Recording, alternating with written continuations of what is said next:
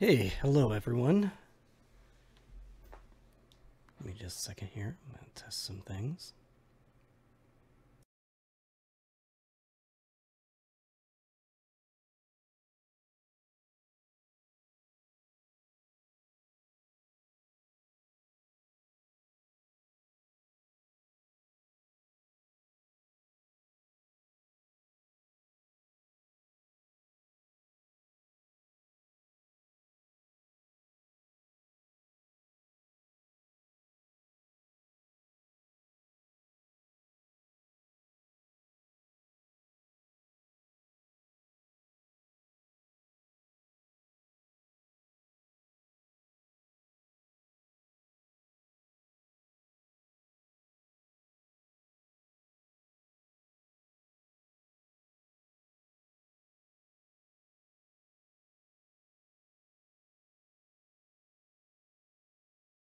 Okay.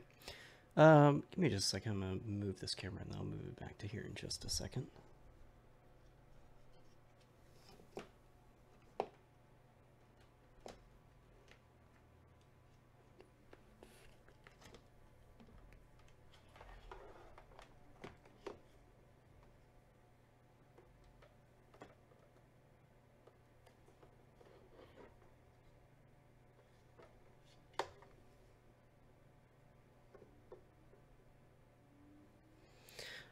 All right. Sorry about that. So tonight I'm going to be building a XD 60/64. Pretty excited about it. A couple weeks back, my brother came over to my house and was trying out the GH60 that I had built on my last stream. That ended up being like a total fucking disaster. But as far as a process goes, it was pretty terrible. But the end result was pretty decent. This is it right here with some Taihao cubic caps on it. I really like it. It's got the kale heavy pale blues in it, box pale blues in it, and big fan of those switches. They sound and feel really, really nice. So yeah,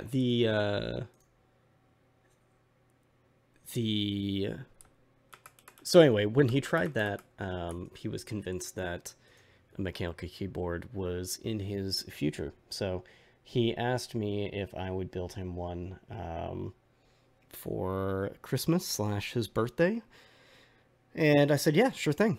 So he didn't have any stipulations other than that he wanted it to be a 60% and that he wanted it to be tactile. I had I guess, a switch tester from Novel Keys, and it's got some Kale box heavies on it. It has some mod HMs and something else on there, some Zelios, and he was really attracted to the Zelios. I didn't want to spend the cost of Zelios for him, not because I don't love him, but good God, Zelios, they are not cheap. So, so I settled for, or not settled, I was interested in the Outemu Ice Purples to see how they were comparable to Zelios, and you know, I'm pretty impressed with them. They feel really nice. Well, yeah, I'll get into it in a second, but they feel nice. They're really cheap. Yeah, I mean, I think they're a pretty decent switch. The housings on them are a little bit weird. Let's see if I can grab one real quick. Or not weird, I guess, but there's a couple of interesting things going on with these. So, the first one to note is that these actually come with like SIP socket like things. Let's see if I can, yeah. So those right there. So supposedly once you solder those in, you should be able to pull the switch right out and be able to hot swap that with any other Outemu switch or any that are real thin like this. I don't have a Zelio to pull out and show you, but these are much, much thinner than... Come on, focus. These are much, much thinner than Zelios or cherries or even Gatorons. So that's interesting with these. I'm not sure that would sell me in any way, but it's interesting. Supposedly pandas have really thin contacts as well. So supposedly you're supposed to be able to swap these with pandas also. I've not tried it. I don't have any pandas. The other thing to note that I'm not a fan of is the Zelios and a bunch of other cherry housings have LEDs that... Let's focus, come on. Alright, have LED housings that have holes in them. This has just like a big ass hole right there, which is really annoying. I've not soldered with that before, so I want to put LEDs on this. It might end up being like just a shit show with how they align, but I think it won't be that bad. But you know, I don't prefer that. I would much prefer to have the holes to guide the contacts through. But you know, when you're paying so little for these, what can you expect? So before I start in, let me show you real quick the layout that I'm going for with this.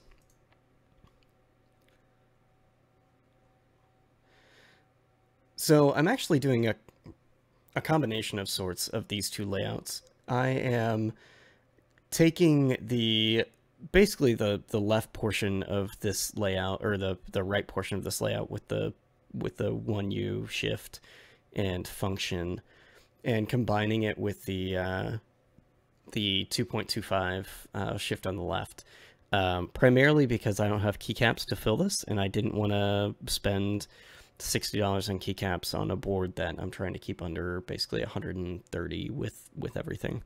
So yeah,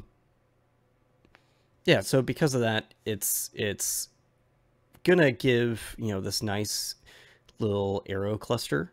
It's gonna give, you know, the function, it's gonna have a right shift. The keycaps aren't gonna necessarily reflect that, but I checked with him, he's cool with it. He said he'd figure it out, so no worries on that. I think it'll be a nice step for him. He has a full size right now, and this will be a nice step down to a 60% or 64%.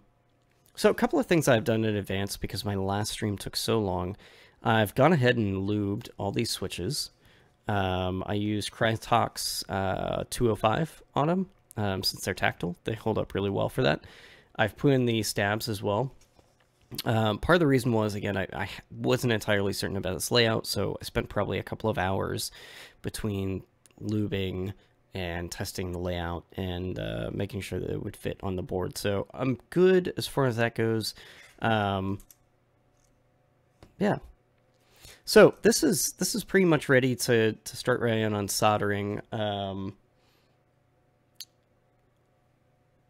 think if there's anything else I need to cover before I get in. I don't think so. So yeah, so I did lube the stabs as well. I got the stabs from 1UP Keyboards. Thank you, Pete. These are the first time that I've got stabs from him, and the stabs are really nice. They're clipped already for you. Or not clipped. They come without the extra stuff that you typically have to clip off, which was nice. Saved me, you know, 5 or 6 minutes of time, and was, you know, maybe 60 cents more expensive. I think it's worth it. Maybe you don't, but I thought it was worth it. I did get the Outemu switches from...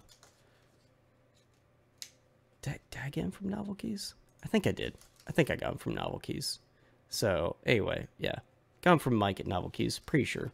If I didn't, like to shout him out anyway, because he's been really awesome about getting stuff in the mail and getting it to me quickly. Both those guys, I know Pete's wife helps him quite a bit, but both those guys ship stuff really quickly. I got stuff within a couple of days, which is really nice. You know, when you're ordering stuff like the XD60 or 64 from China, and it's in the mail for 2 or 3 weeks, having stuff delivered in a couple of days is super nice. one thing to note, not that it's really anything. This PCB looks really, really nice. They apparently put out the special edition one, which I don't exactly know what it means, but apparently it's blue or something. I don't know. That's not going to focus on the special edition. Whatever. So anyway, it's a special edition board. Comes in blue. They do a red as well. Previously, I think they came in black. So it's a cool looking board. I got the whole kit for it, which again comes with a an aluminum case and an acrylic body. This is the case it comes with. Looks super nice. And it's really hefty. I mean, this is a really, really solid case. I'm really psyched about it. And that is because the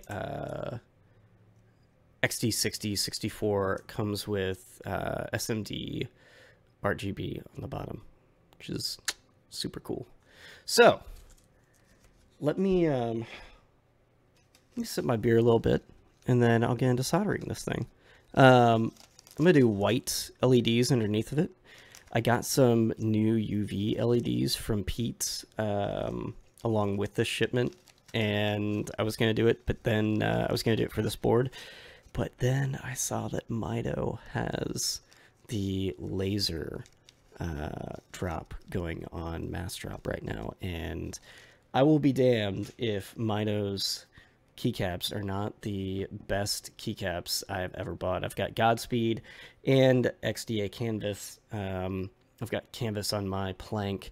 Godspeed's not actually on anything right now. I'm gonna build a custom 10 keyless here in the next year or so, and I'll toss it on that. I'm waiting to get some novelties as well to toss on there, but I really want to get those, put the UV LEDs underneath, get some neon RGB or something underneath of that, and just go all out, you know, cyberpunk.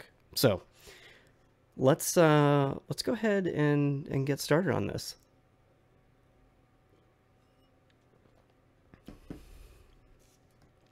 Now I'm gonna drink while I'm doing this. I know that most everyone's like, don't drink while you solder because you'll die. I'm not entirely concerned about that because I'm going to die from natural causes far before I die from soldering related drinking issues.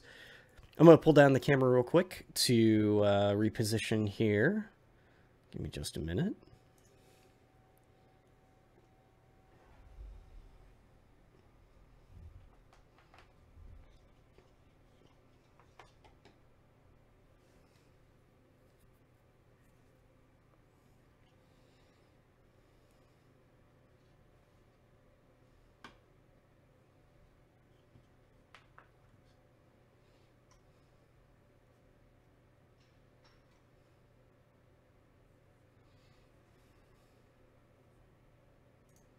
Okay, so here we are. Gonna try and make this nice and easy to see. Actually, let me pop this up just a little bit. So there's a bit of an angle there.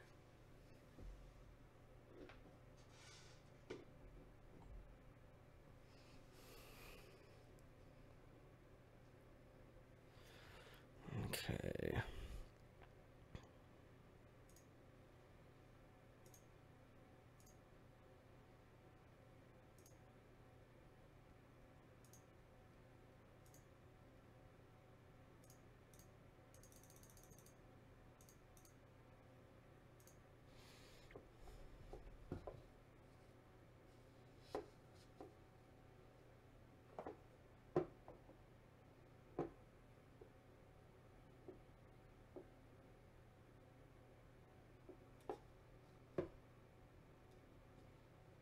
So I'm trying to get this lining all right here. All right, I'm just gonna do that. I apologize. I'm not super happy with the positioning on this, so do some real wild stuff here.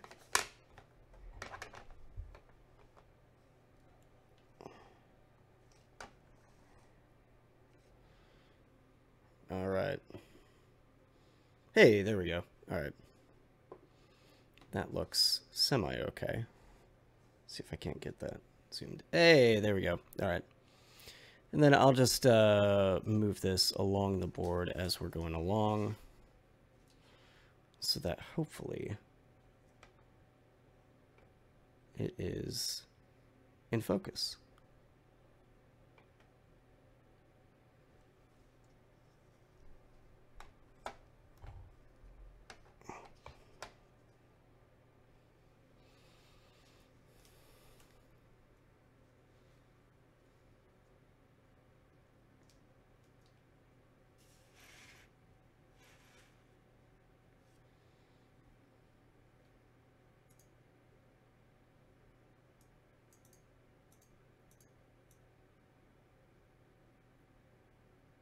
All right, there we go. Cool.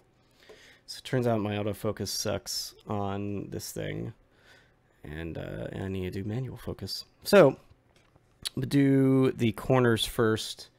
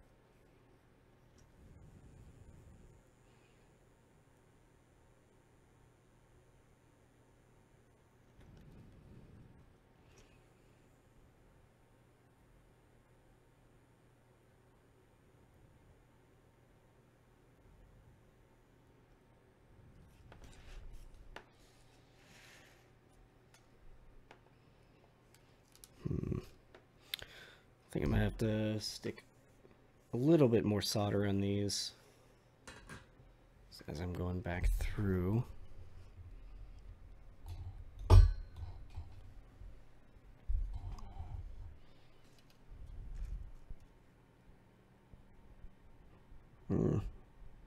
Yeah, definitely. All right. Glad I took a look now. I thought it was going on a little bit easy, and it certainly was. First one is pretty good. It's something to be bad about being liberal with solder.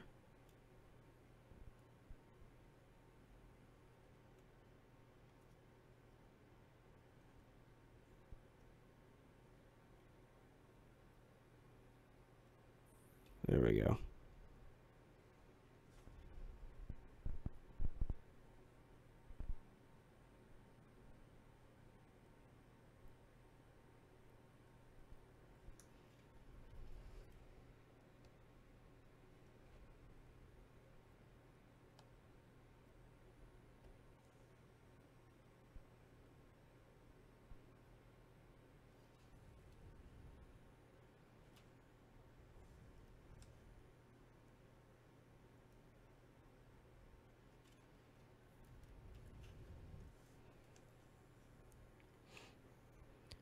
pressing down pretty hard as well on this. The board seemed pretty far separated from the plate when I was pushing stuff in. I'm trying to remedy that a bit now.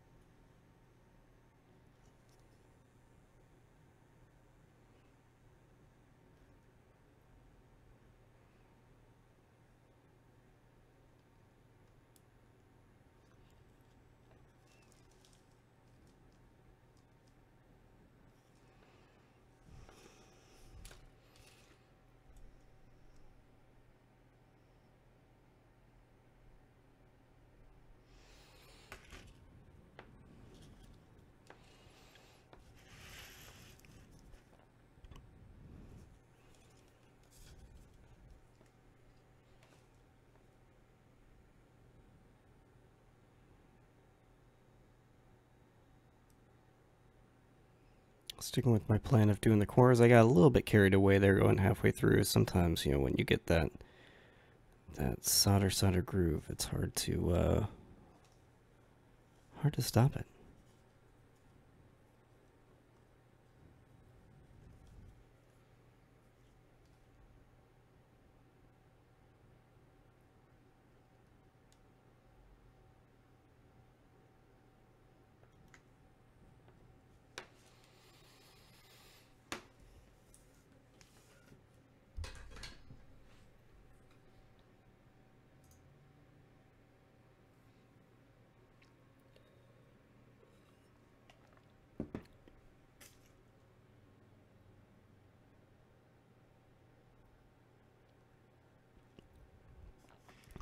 So I'm definitely using a bit too much solder now. Gotta find that in between. I'm sure I'll get it here in just a couple of minutes.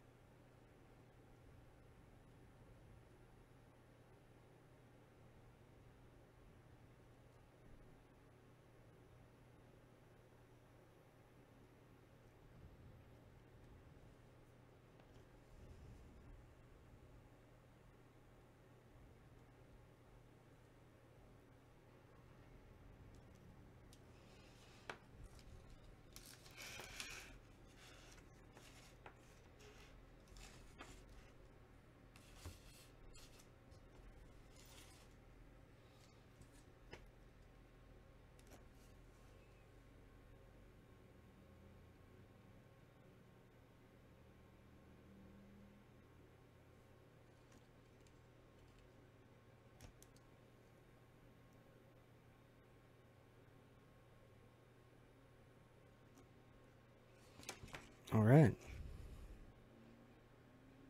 Yeah, there we go. It's going on much better now. Okay, cool. So, let's just move along. So I'm going to get the switches in first, test them to make sure that they work. Fix any sort of broken switches that there are, and then I will move on to adding the LEDs.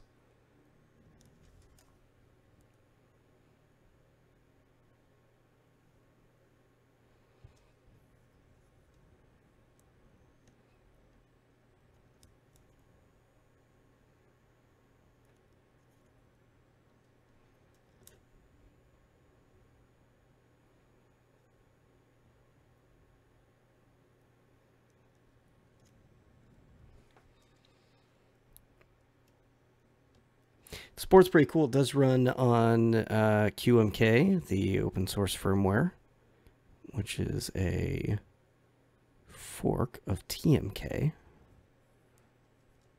I believe that that's the guy from the Plank stuff was the one to originally fork that, if I remember right. Maybe I'm remembering wrong. He's a good dude, very, very helpful to the community.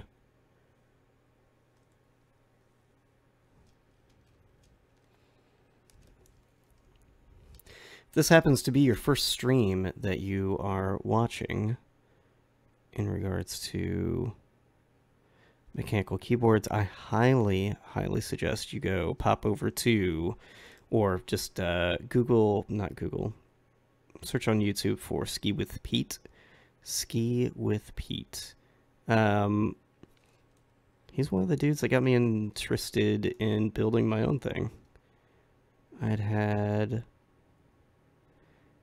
a Poker 3 mechanical keyboard for about 1.5 or 2 years, and owned a how's it looking good? Owned a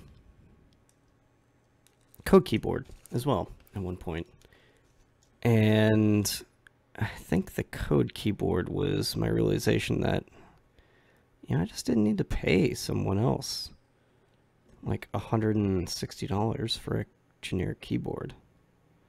You know, like, I could probably build one myself. Now, I'd not done any soldering or anything before this.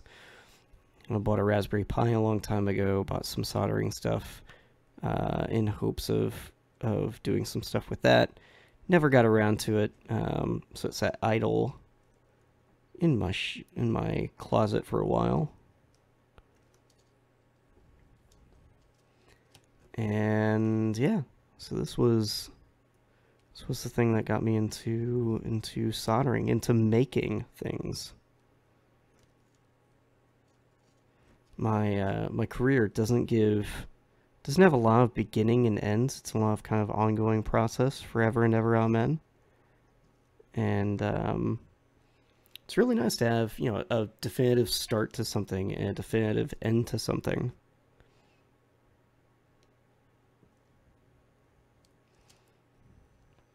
Unless you're thinking about the elusive endgame keyboard, in which case there is no end.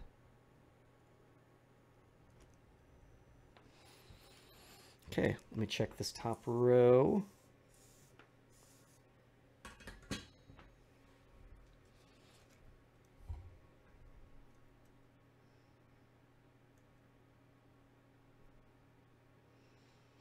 It looks pretty good. It's pretty heavy on the solder.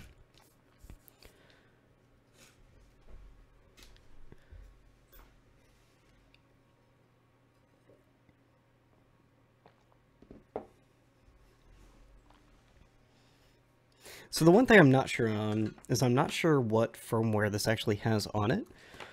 I've not found a default layout for the XD60.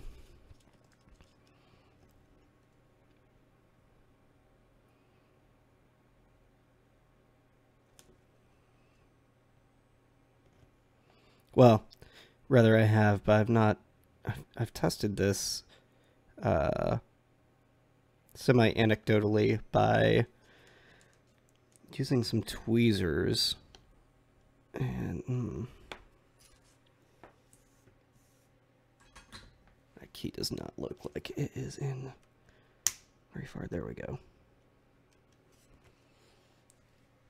I tested it anecdotally by using some tweezers and manually bridging the keys, but obviously it's not a very good test.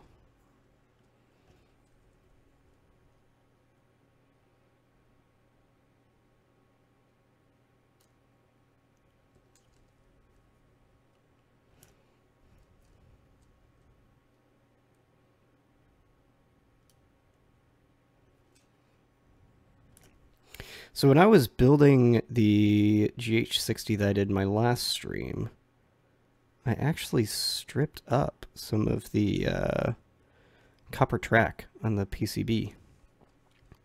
You can probably see on the PCB there's like lines running across it. Underneath of that is like copper tracking. And yeah, so I pulled one of those up on the GH60 and never ended up getting my right alt working because of it.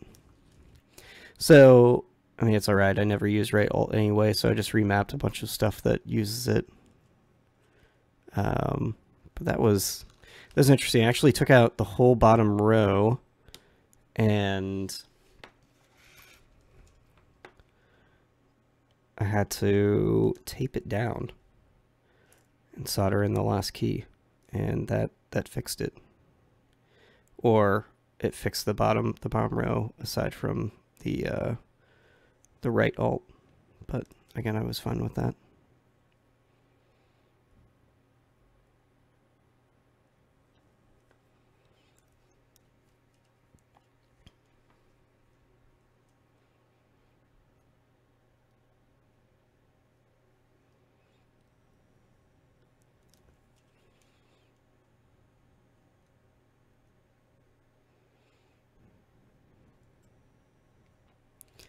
So I think for my next build, I've got half the parts for a LUT split. And I kind of want to do that.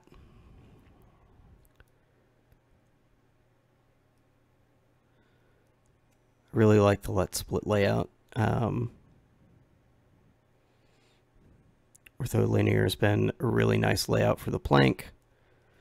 And a split layout, I think, could be super cool for the LUT split.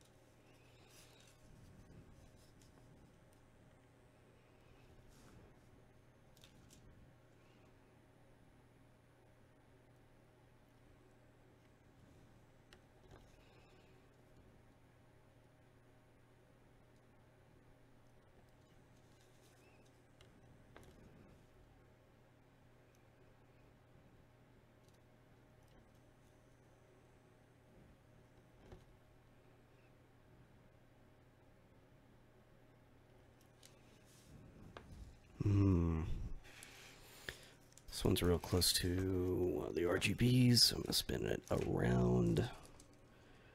Attack it from the other angle. Really hope all these RGBs work. I maybe should have tested that prior to soldering this up. But you know what? I think it'll be alright. All the contacts look good on them. They all look nice and soldered in.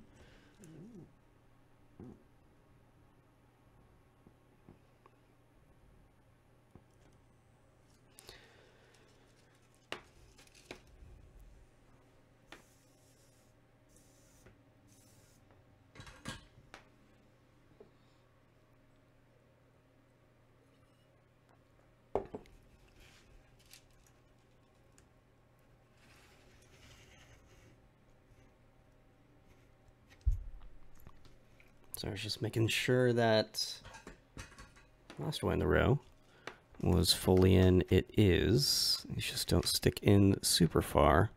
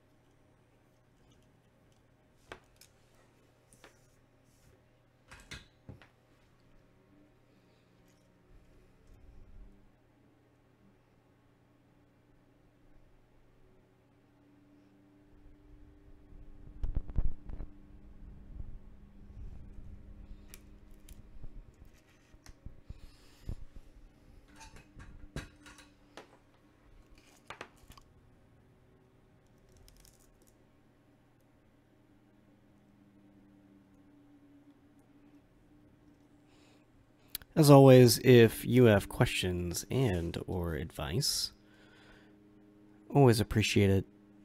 Still really new to building these things. I really enjoy it, but this is only my third that I've put together now, so, you know, soldering skills are still rough, and general keyboarding skills are a little rough, or keyboard making skills are a little rough as far as sourcing them and etc. So we'll say that AliExpress and Banggood have been good buddies in getting cheap PCBs and cases and keycaps over here.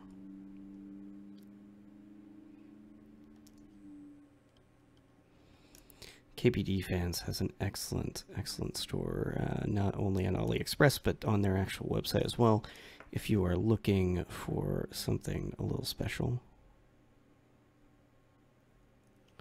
But also not breaking the bank.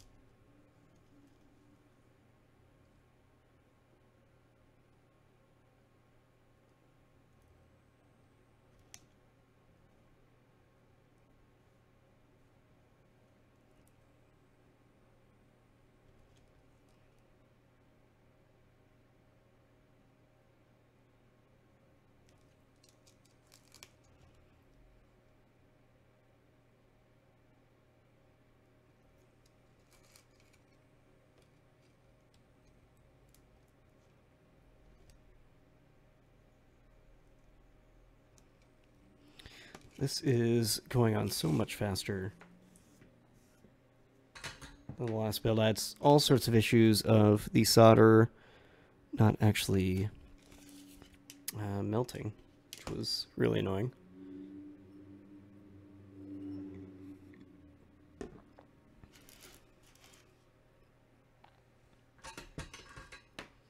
think my temperature might have been a little bit too high on it. As well, I think I had an old tip, blah, blah, blah.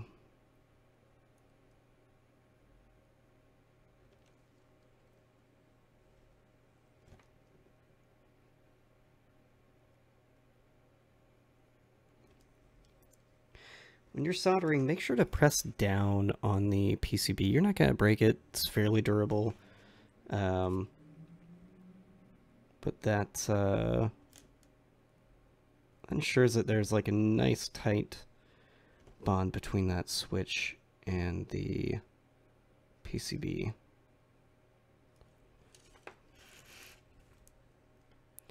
Don't want there to be any excess space.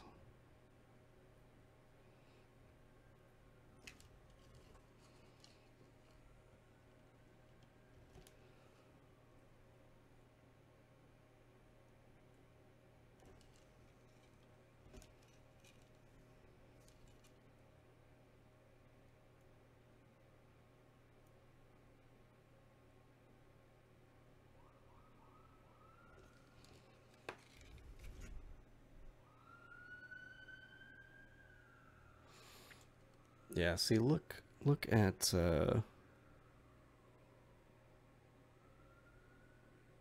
these. Man. Turn back on autofocus. I mean, look at these first two rows of soldering that you have here. Come on, focus.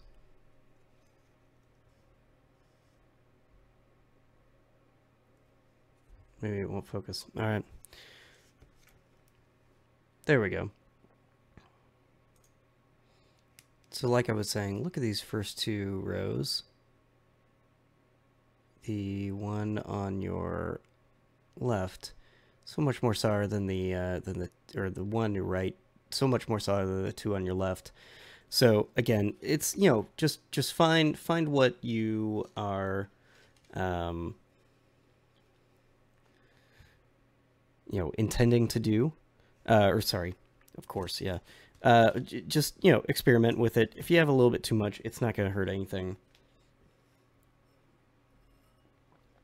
If you have too little, you will have to go back, open this sucker back up, and resolder things. So that's kind of annoying.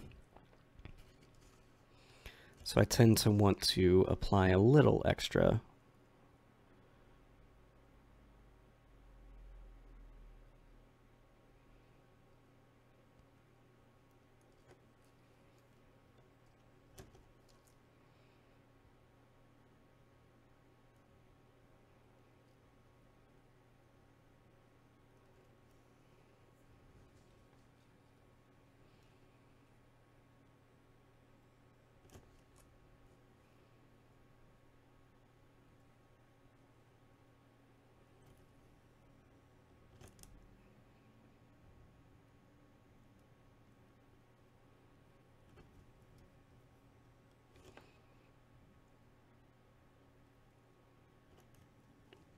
I always marvel every time. So I've opened up my Poker 3 2 or 3 times now to mess around with various things, and I'm always amazed at the quality of the soldering on that. I mean, they are the most uniformed solder points I think I've ever seen, but, you know, shouldn't be terribly surprising.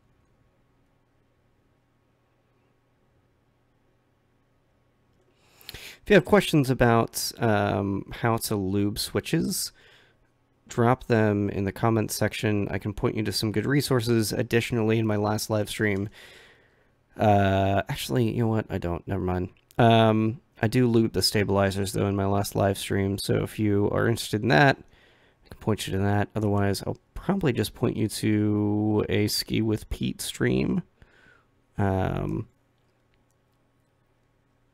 Maybe a Quickum stream, although he's not entirely newbie friendly.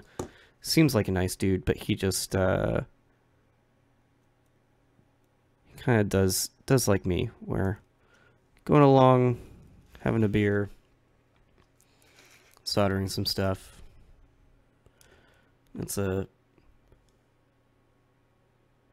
evening.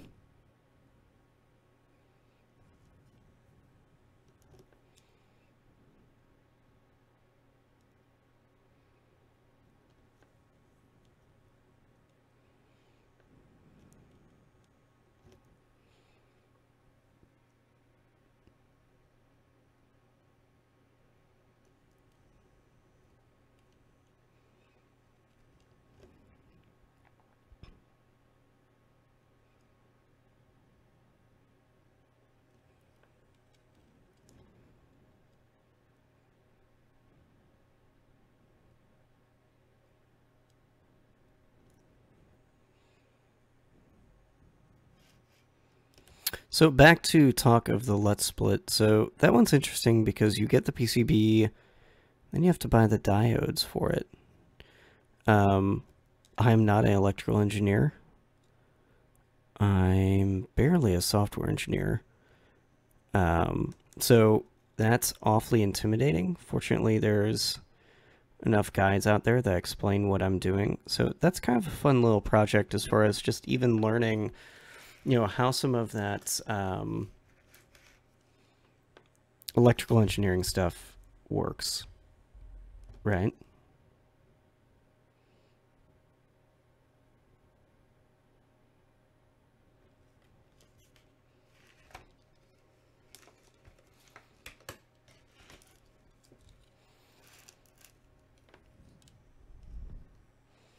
All right, onto the bottom row.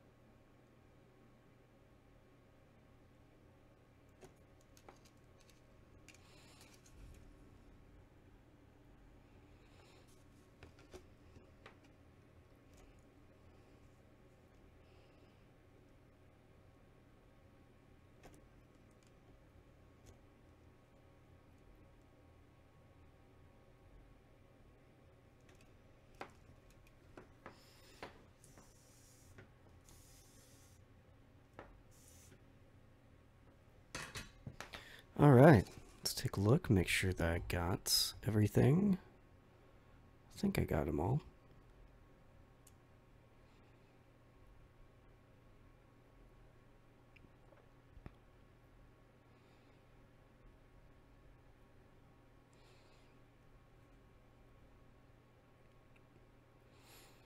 Yeah, looks good, or pseudo good.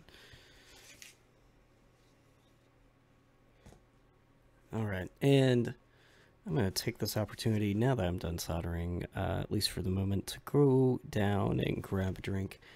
I will be right back in just a couple of minutes.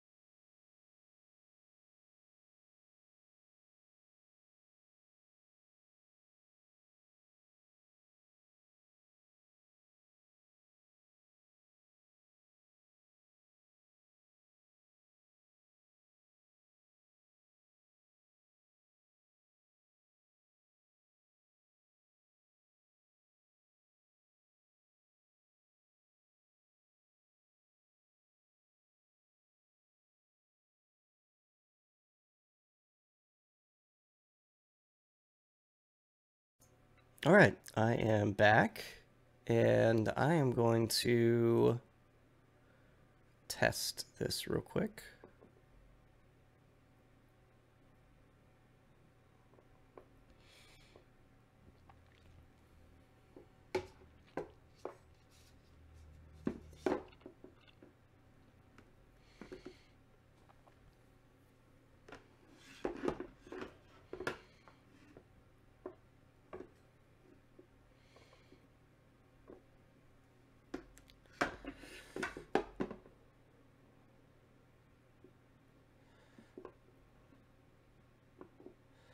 Okay. Flip this over. Hey, it's recognized. At least it beeped at me on Windows.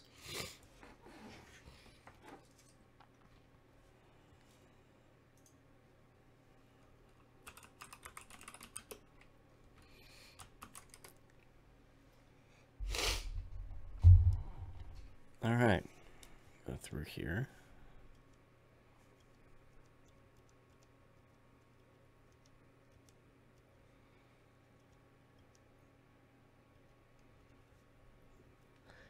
So I am gonna have to remap this. I've not remapped it yet, so there are some keys that are going to not necessarily register. The split backspace is one of them. So I'm not entirely worried about that yet.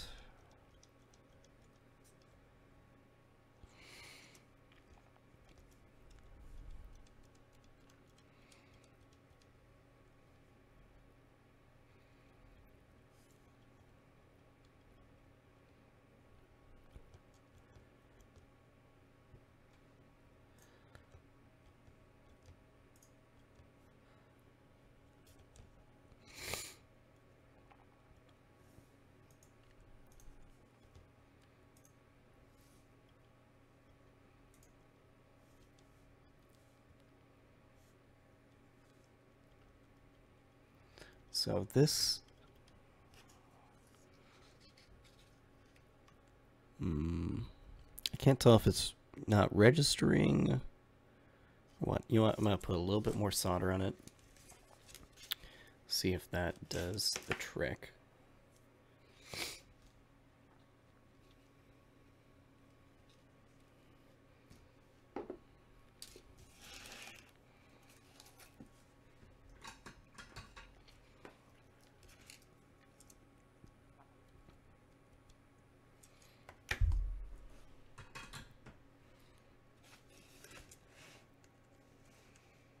Actually, don't think it hurts anything if this is plugged in while I'm doing it.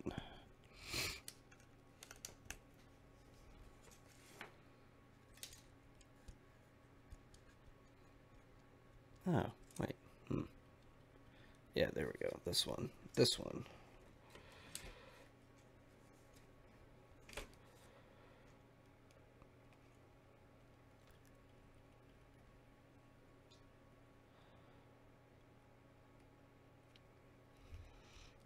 Ah, okay. Yeah, I don't think this got soldered well enough.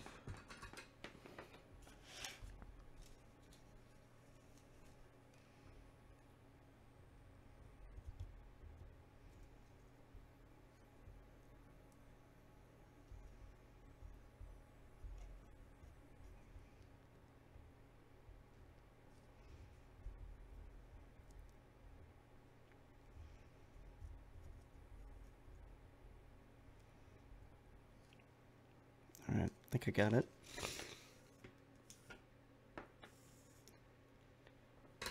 This could just be a firmware issue. Again, I'm not entirely certain at this point until I reflash it.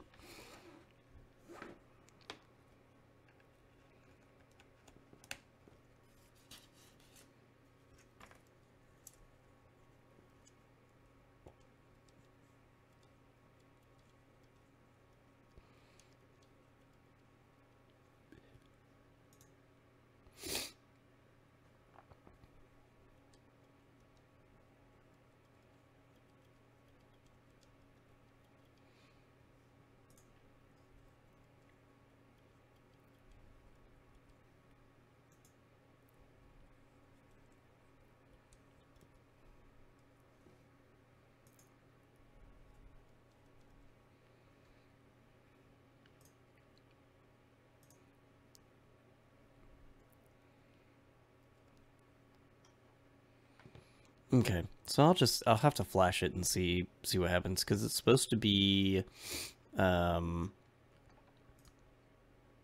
control, I believe, but again, I think it doesn't doesn't support it. So I'm not super worried. I'm gonna go ahead and get the LEDs in for soldering. So just a minute.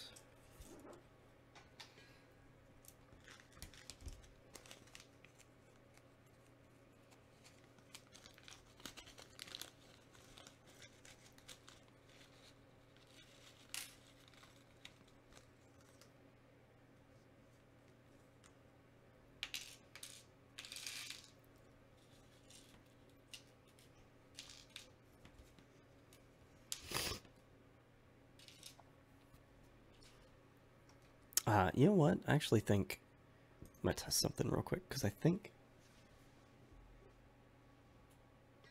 I think that button actually may have been a function button by default, which would be nice to test because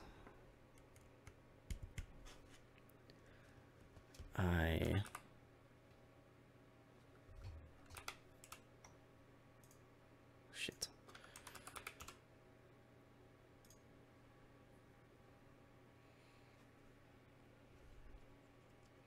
Ah, there we go. Okay, cool. So it is a function button. It does work, which is great.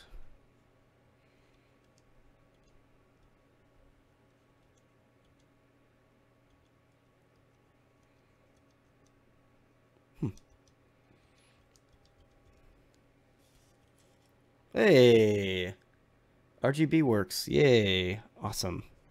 That is super cool. I'm not actually sure which one of these buttons. Oh, wow. Okay. Wonder if there's a shortcut to change the saturation on this. That's super cool, though. Might end up being really jealous of this thing. Alright. Cool. Alright. Call it a day. With testing that, it's going to end up changing anyway. All the keys work, which is good.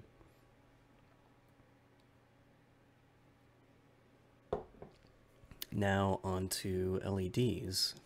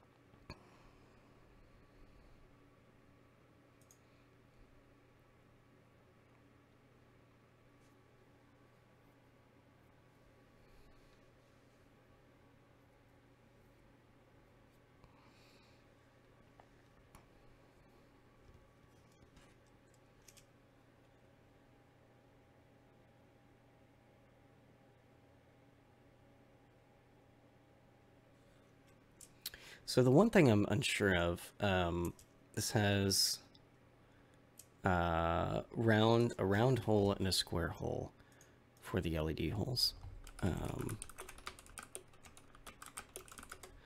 And I'm unsure as to what the positive is.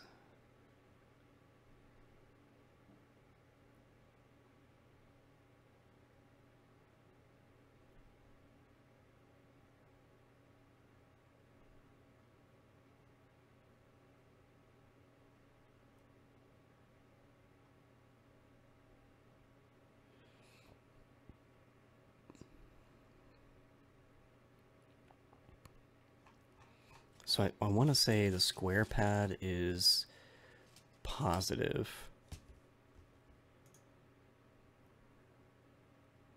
I just have to remember now.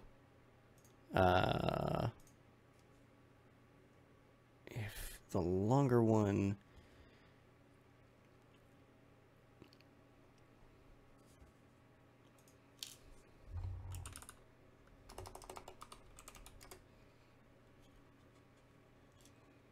Sorry, I should have looked at this beforehand. I have to remember if the longer one is the positive or the negative.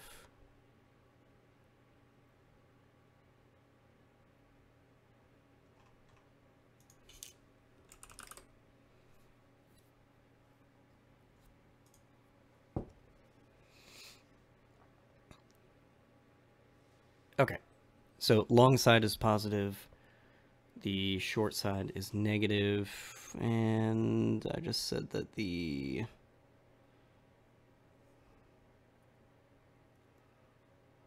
so let's test this real quick.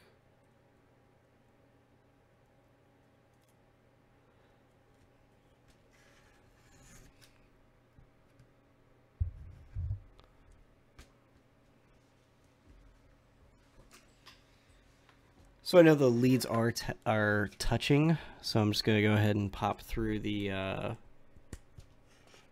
pop through.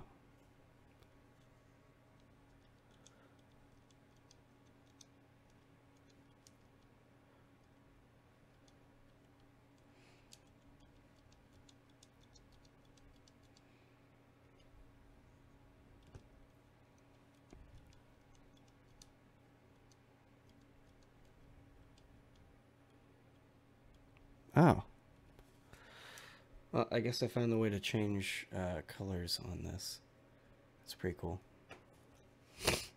But I've not found the LED on.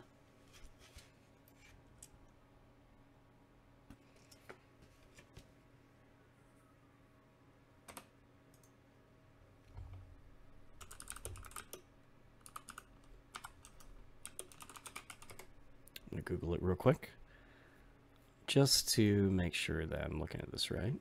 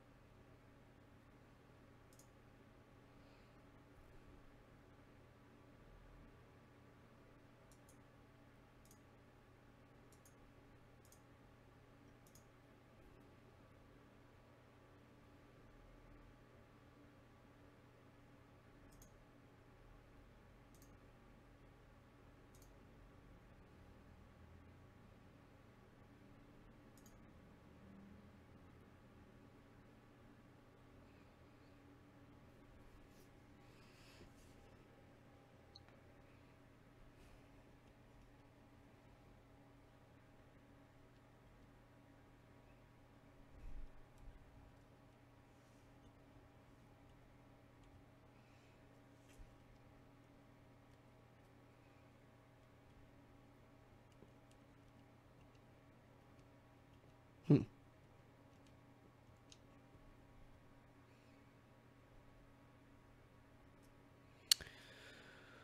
Interesting. Okay.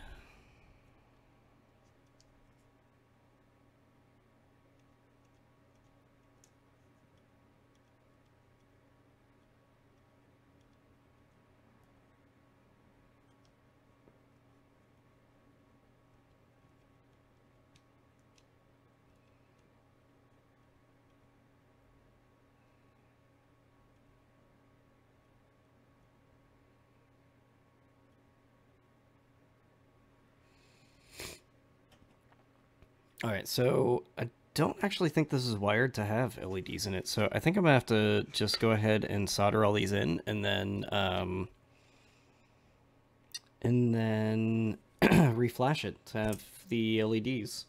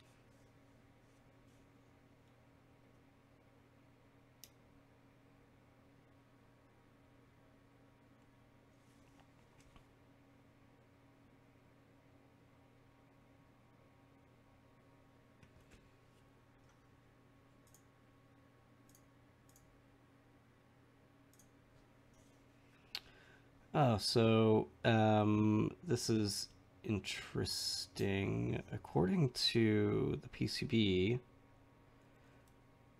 they have the square side as positive.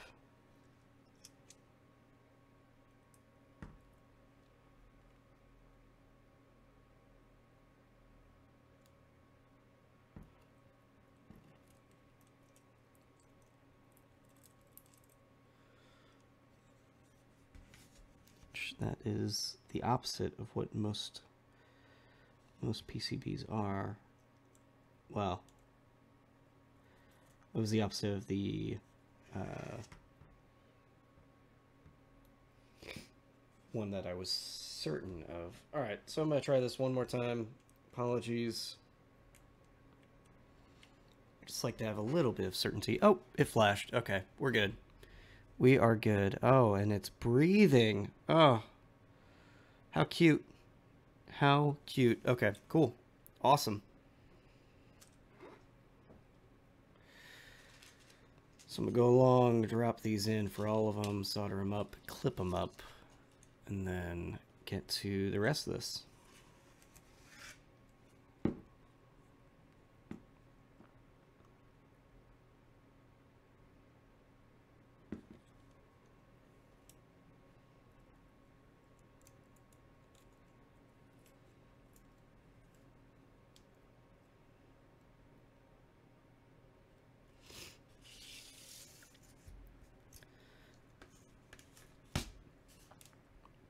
I apologize, this bit is going to be probably really boring for most people, so feel free to skip ahead to soldering or whatever other part of the video, or just, skip away.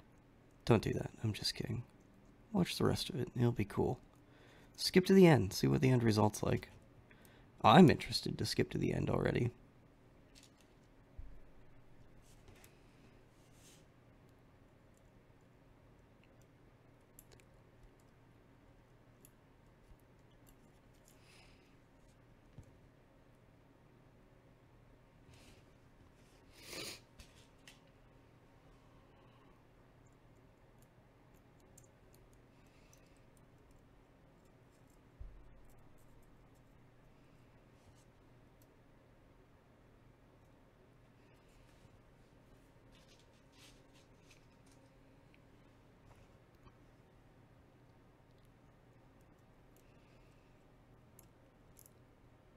I'm gonna end up buying one of these XT60s for myself. I like this. It's a cool little board. It was cheap. I want to say it was maybe $10 more than the GH60 that I bought before. And it basically adds extra positions for the extra keys, the arrow cluster, and then adds the RGB underlining, which is pretty rad.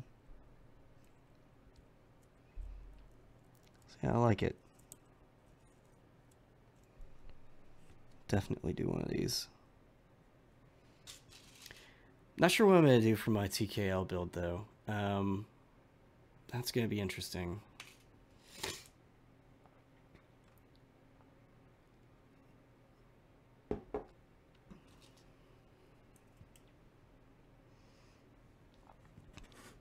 I'll probably end up waiting, selling some shit, and then getting in on one of those really silly group buys. That's a kit that comes with, the really awesome CNC case and all this other stuff. Honestly, though, I'm hesitant to ever get a keyboard that doesn't run on TMK or QMK, because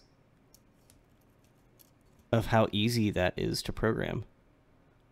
Like if the functionality that I want isn't there, the documentation for QMK in particular, it's really, really, really good. Jack Humbert has done just a really great job with that. If you guys, if you as an individual, speaking to you personally, if you are unfamiliar with Jack and the things that he's done, go check him out. Send him a thank you. I'm not Soma, thank you, because I feel like he's a celebrity in my mind. Put him on that pedestal. So, Soma, thank you from me, from Alex. Say hey. Alex says thank you, guy.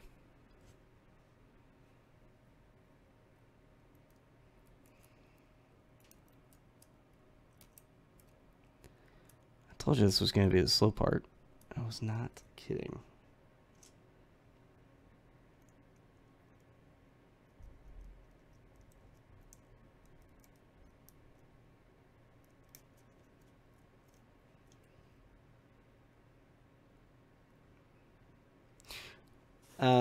These are not nearly as bad. The housings are not nearly as bad for putting these in as I had thought they were going to be.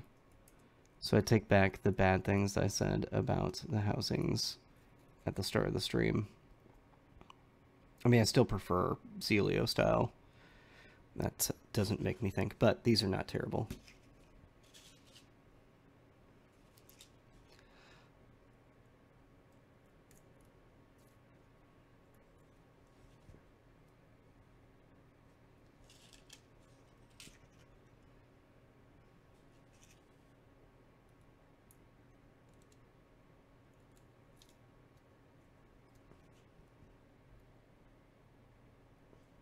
I think what I'm going to do is solder the top row and then clip them, and solder the next row and clip them, etc.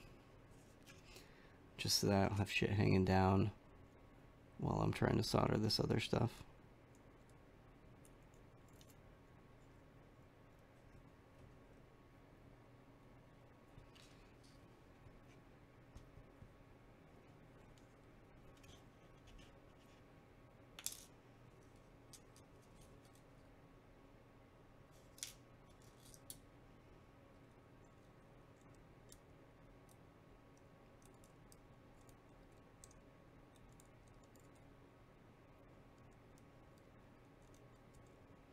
Sorry that I don't have music playing or something. YouTube is really police state about making sure that you don't use copyrighted music, even if it's, you know, not for profit. Which I suppose makes sense. Their standard library of music kind of blows, so I don't use it.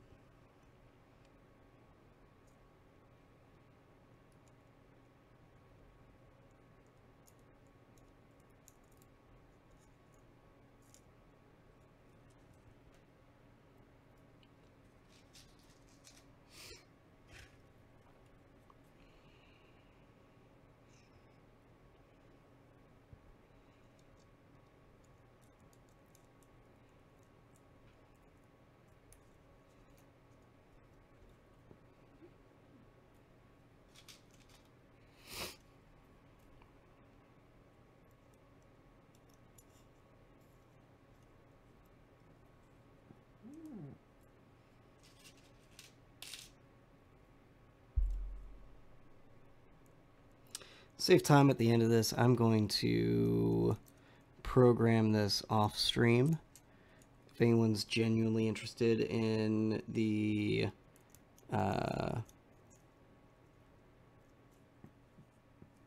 C file for this, let me know. Probably put it up on my GitHub or something, and I can link that.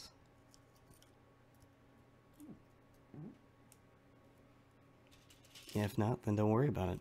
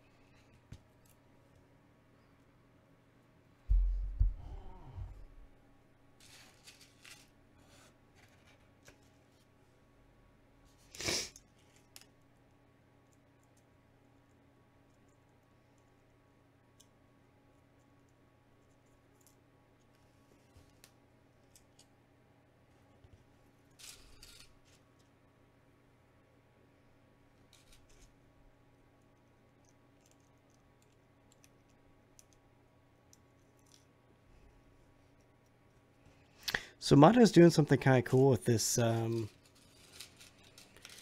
GMK laser set. He has a bunch of people on board to do kind of peripheral things with it. So he's got Mech Keys doing cable for it, which looks really awesome. But goddamn, when I priced that out, it was like $45, and I was like, I'm not sure that I can justify $45 for a USB cable. Like, I mean, again, don't get me wrong, the colors look awesome. I'm sure it'll match perfectly. I just can't do it. I'm glad for people that can. I hope your wives or significant others get mad at you, so then you have to sell that to me for cheaper. But yeah, he had a community member, I believe, in the keyboard community, or maybe he was a friend, I forget, write a cyberpunk short story, like kind of a la Necromancer type of thing. Super cool. It's only, like 16 or 17 pages. I've maybe read the first 2 pages or so because I've just not had time. But yeah, it seems fun. Makes me want to go back and read Necromancer again because it's been a really long time since I've read it. And frankly, when I read it, I kind of think I was too young to understand most of what was going on in that. Maybe just not nerdy enough yet. I don't know.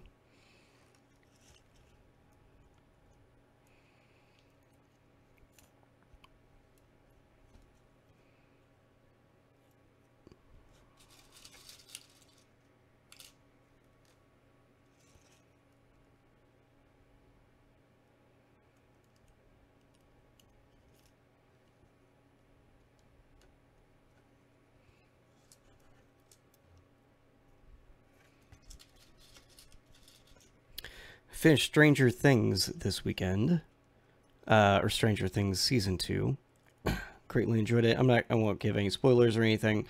I will say I was interested to know if Stranger Things was going to do something out of the ordinary, or if they would play to their strengths, and I'm happy to report that they played to their strengths. Man, the mood in that movie is really good, really solid, or mood in the show rather, really solid. They do a good job of cultivating that, which I really appreciate. A coworker of mine introduced me to the band Survive, which is the band of the group that did the theme song, or most of the music for Stranger Things, or most of the non-actual 80s music, put it that way.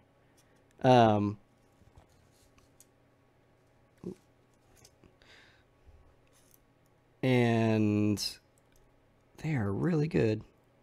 Kind of like this pseudo, like, horror, like, I don't know, electro thing. I mean, it's Stranger Things music. I don't know why I'm trying to describe it other than that. It's not, you're not wanting to dance to it necessarily, but it's got a really good beat.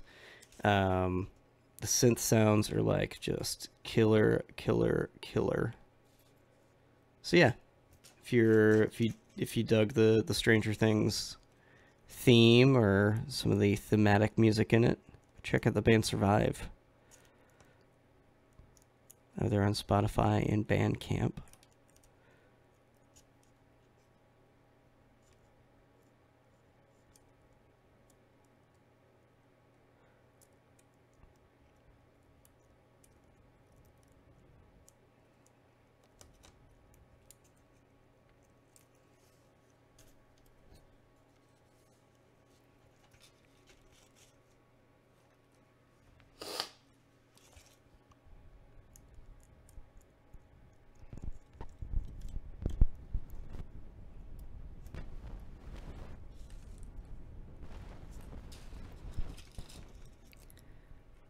And I'm super psyched to get this acrylic base on. I think the aluminum with the acrylic is going to look just absolutely killer. I tried to give my brother some options for beyond the Fallout keycap thing. Not that I want him to get the tragic keycap coke addiction that I have right now, but you know, I want to give him options. You know, if he wants to toss on some Taihao caps or something like that, like, you know, I want to make sure that he has the option to do that, and I think that I gave it to him.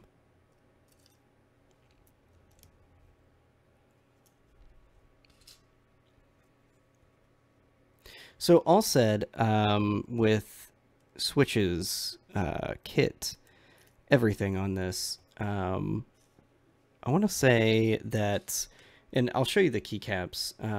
Keycaps aside, without keycaps, I probably spent right around, maybe right around $100 on this. Again, the Outemu switches are fairly cheap for what you get them, or what they are, what you get with them. I think they're a really great option, especially if you lube them. They were really scratchy out of the box, but lube, they feel as nice as unlubed Zelios, which I feel like is a fairly nice thing to say. Again, far less tactile. The stem on these has a far less noticeable bump on them, but you know, if you're looking for a gaming / typing keyboard, one that you're gonna go back and forth between on, probably a really good option. You know, it's I have browns on a keyboard, and this is more tactile than browns, certainly by a lot. And the weight's heavier as well. I want to say these are 60 gram, 65 gram springs in these, but you know, it's not oppressive by any means if you're someone that typically doesn't love the tactility of, you know, a Zelio or an MX Clear or something like that. You know, this might be a good switch for you to look at, and certainly for the price point.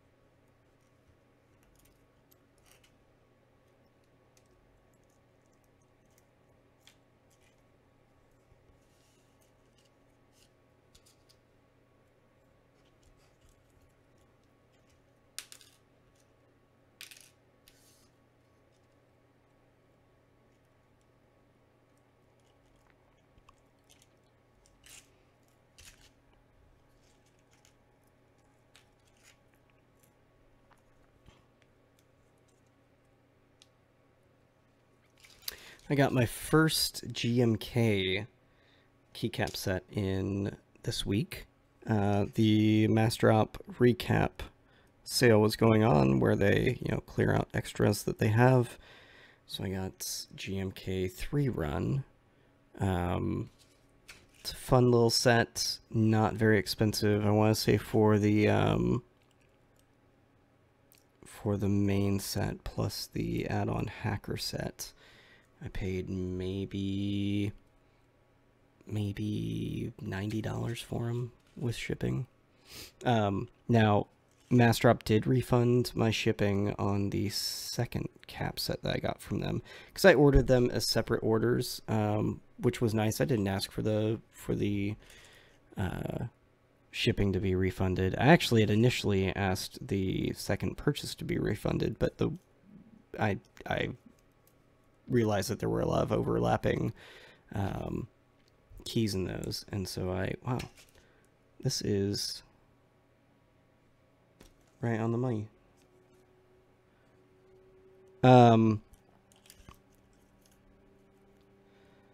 So So while this is technically an XD64 thing, this actually has 65 keys on it. I just used every single one of these 65 LEDs. I didn't realize that.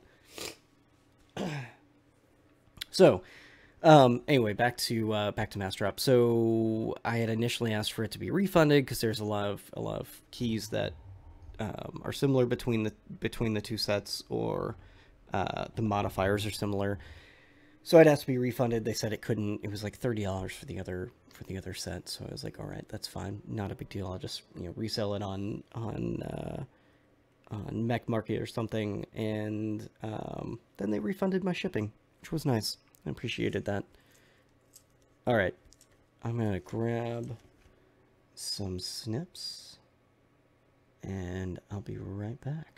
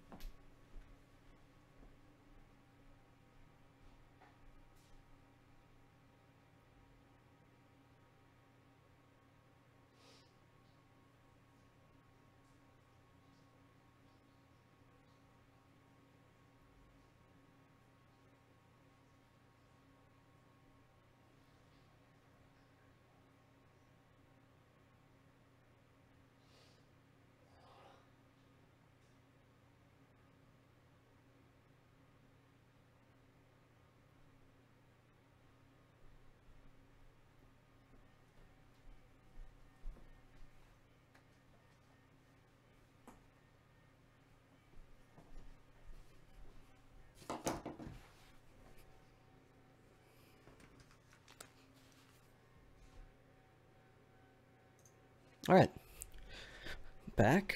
So I'm gonna move this camera down again.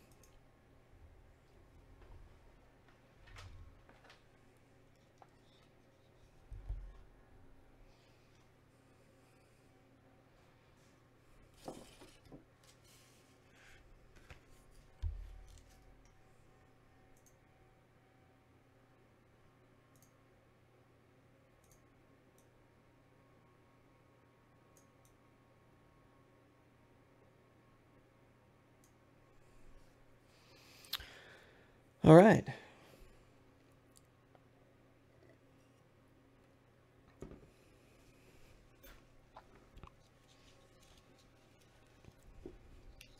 This is only the second time I've done LEDs. I did LEDs with the plank that I got off of Masterdrop. So, yeah, bear with me while I do this. Try not solder off the USB port here.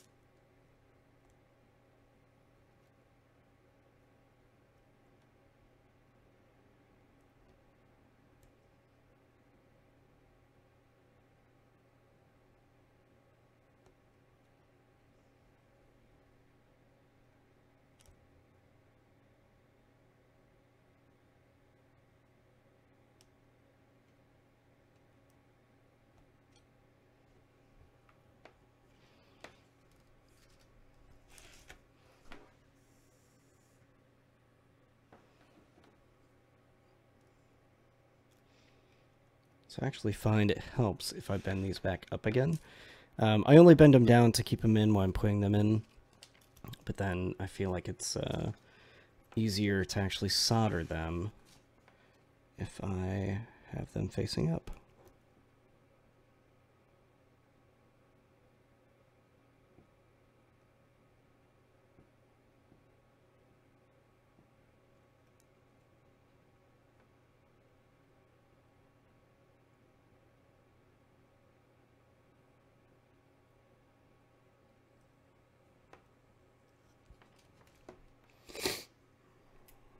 Let me double check these.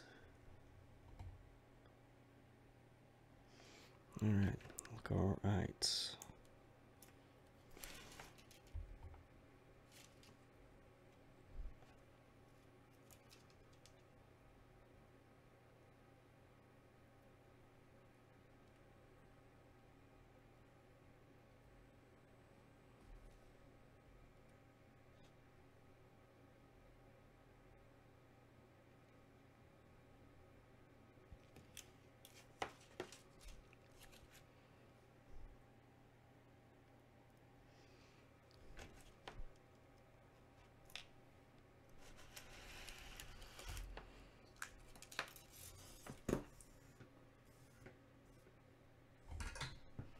All right, I'm going to try and swap this camera to the other side because it's actually far easier for me to see.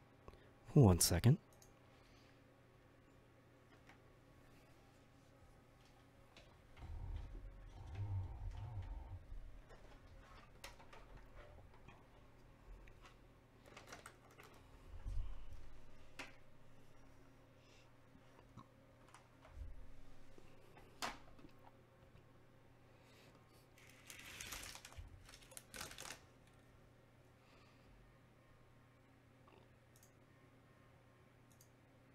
Okay, there we go.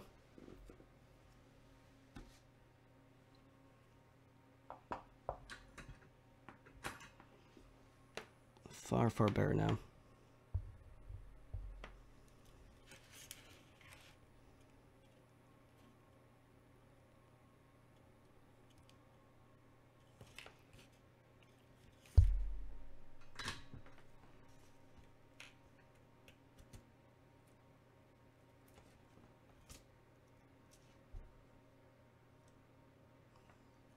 So something I didn't think about, take this as a lesson.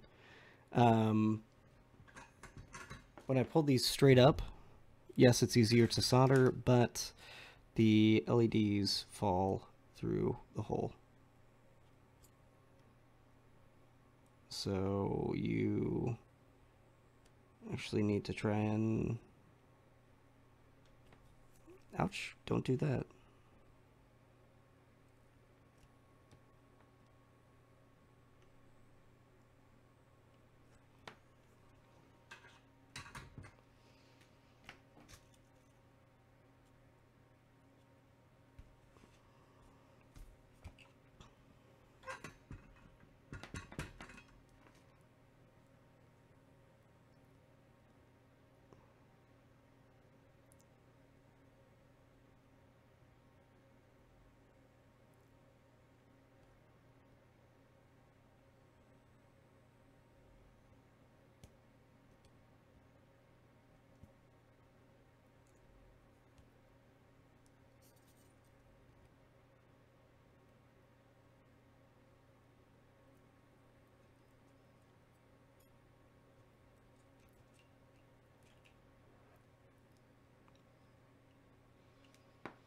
Well, I think I'm gonna have to desolder those, unfortunately.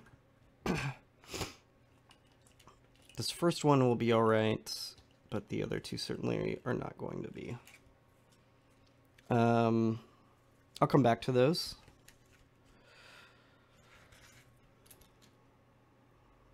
Yeah, I'll come back to those.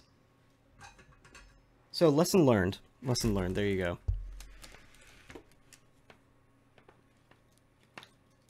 That one's free, the others will cost.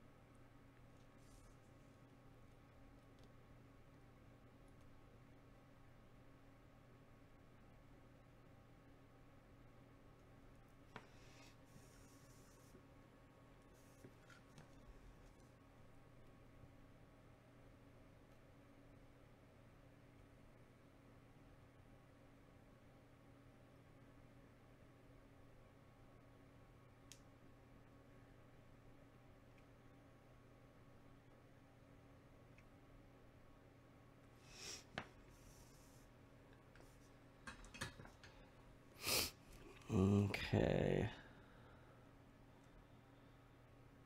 Well, aside from skipping a whole one, I think I was all right.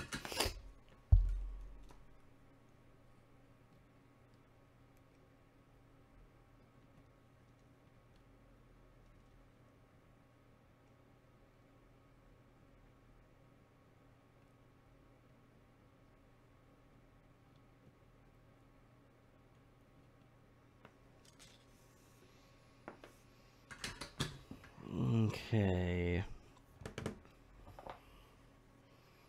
Go through and clip these now.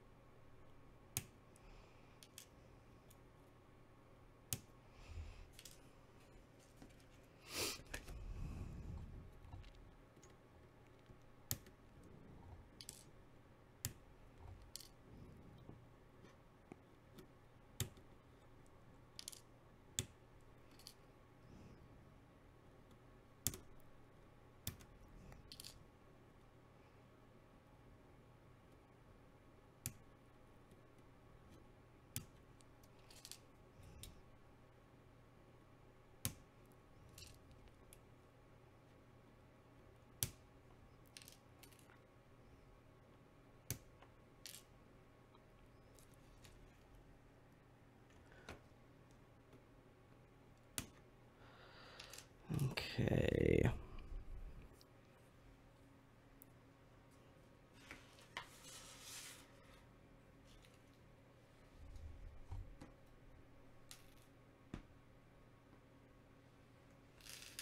gonna take care of these couple of ones right now. I'm gonna go get a solder wick. Be right back.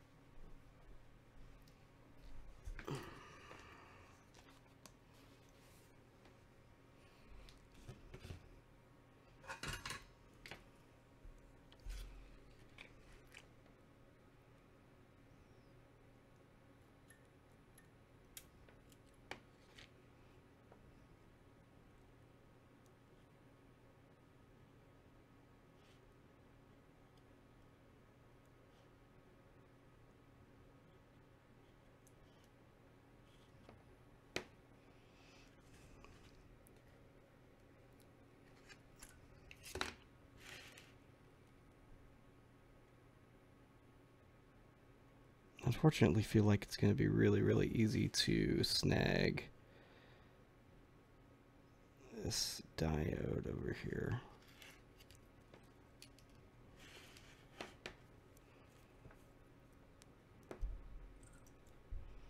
I think I might just try and pull this out.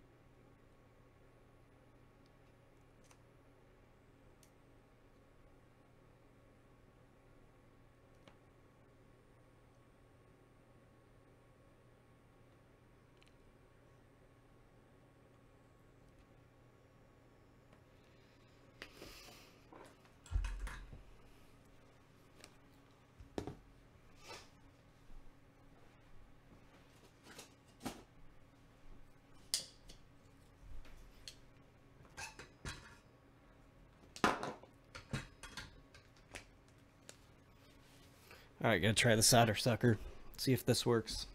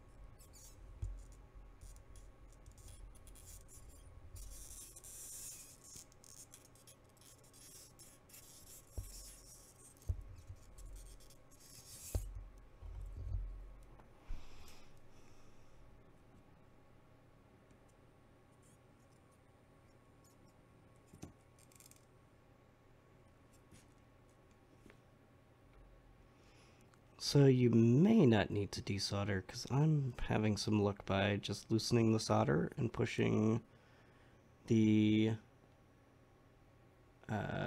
LED farther down.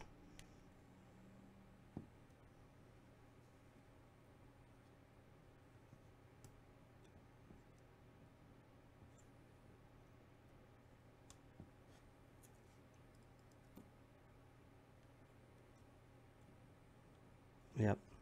So that's definitely worked for those two, and has the added benefit of not needing to resolder them.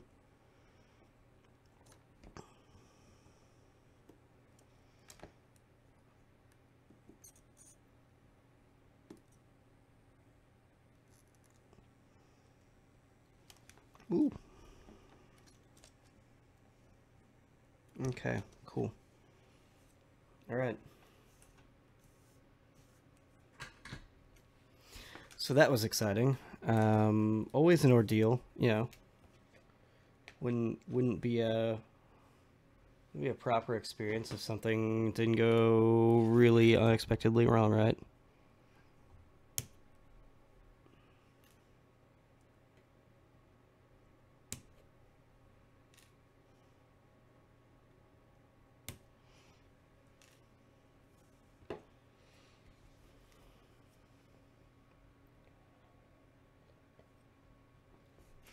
All right. So, on with the show. Back to it.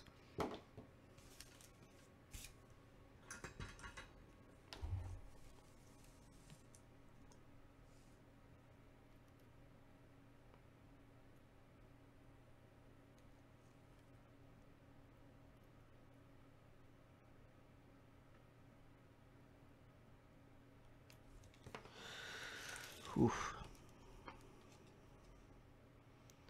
So I will say these are mildly unnerving because of how close these are to the diodes.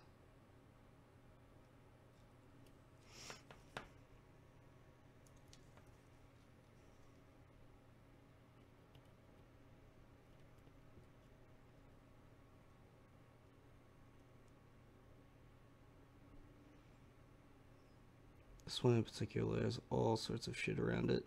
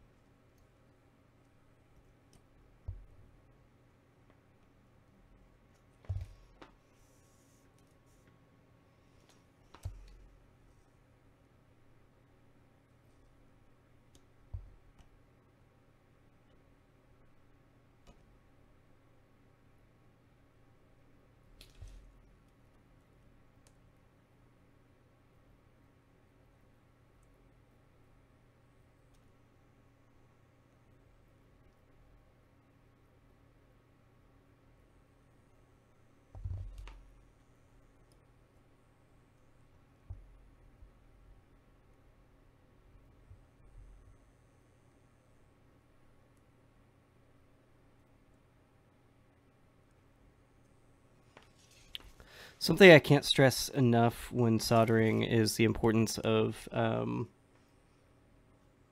heating the pad, the brass pad that's on. That's actually what the solder sticks to. If you, again, if this is your first time looking at something like this.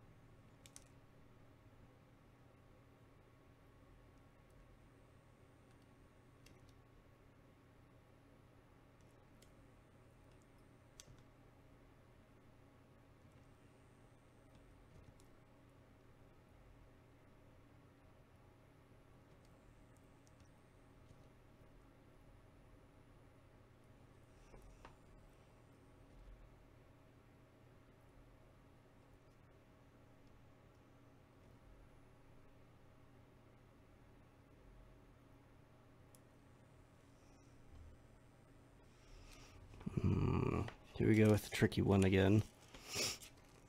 Look at all the diodes and shit around these. This is terrible.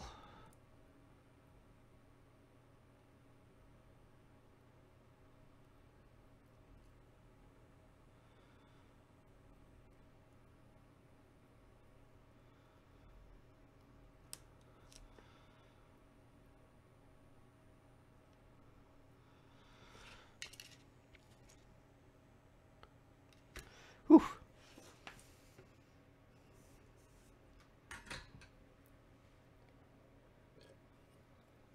passed. All right. Take a look at these.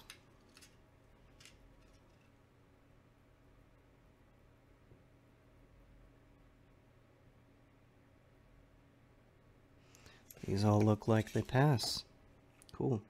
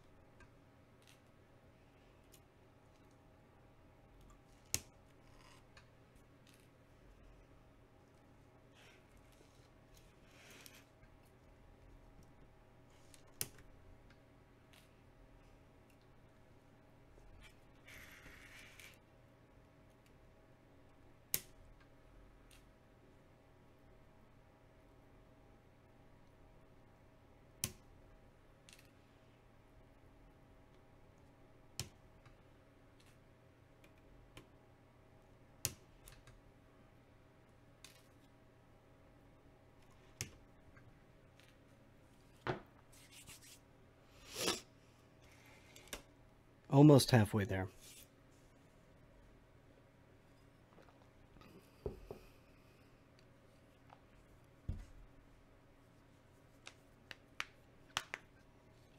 All right.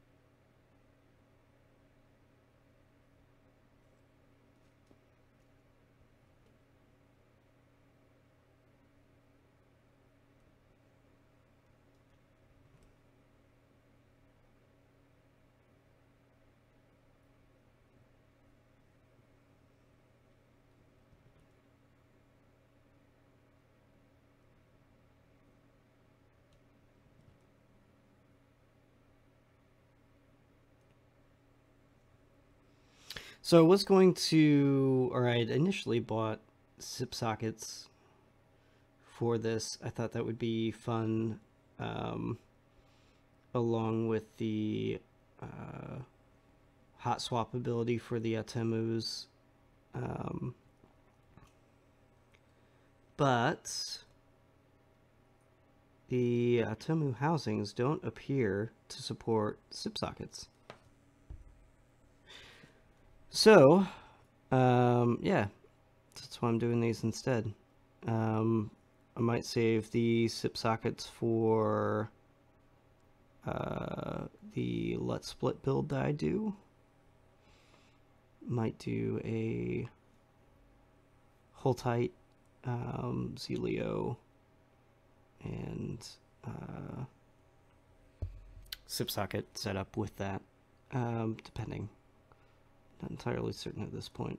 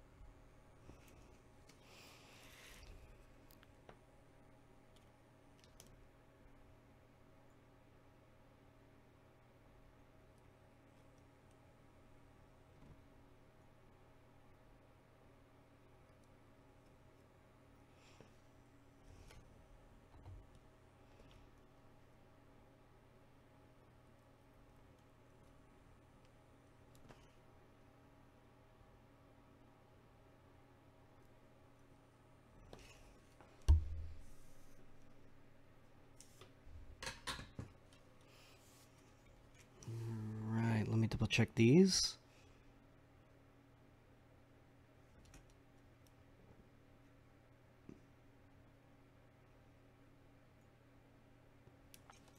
Yep, they all look good. Snip these down.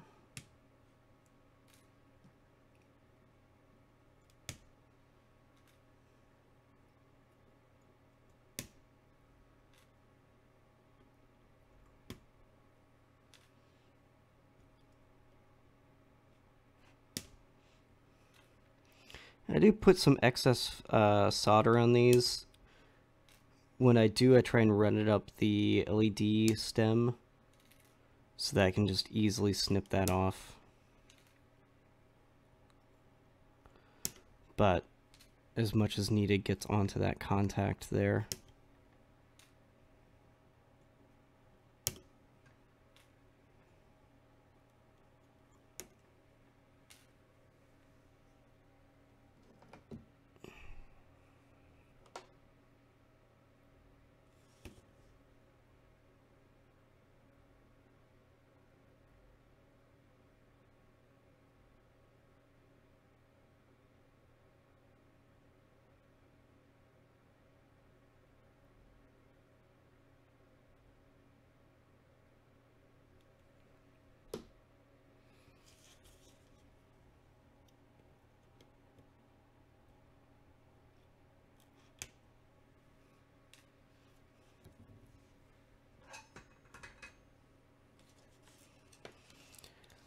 All right, let's keep cruising.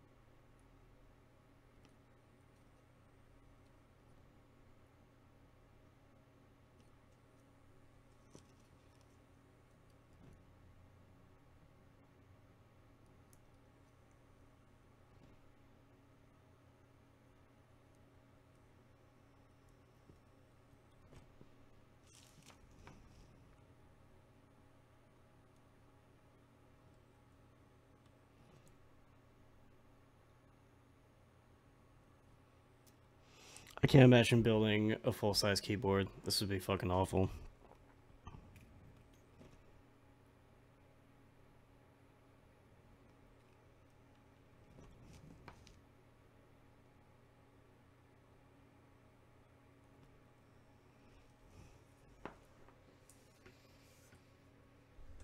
Alright, check these now.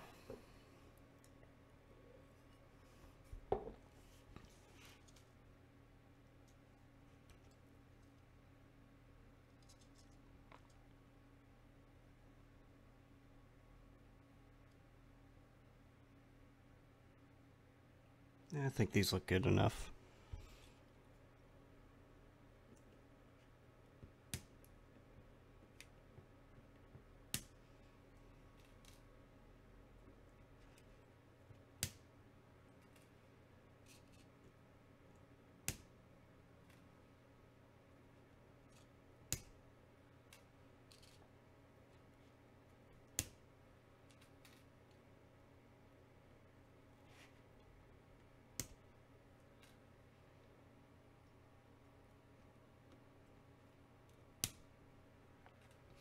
Definitely a lot of flux, kind of all over the place, which doesn't necessarily bother me. I know it bothers some people, and if I were going to sell this board, I would definitely clean that up, but since it's a gift, I'm not too worried about it. Give him the option of cleaning it up if he wants to.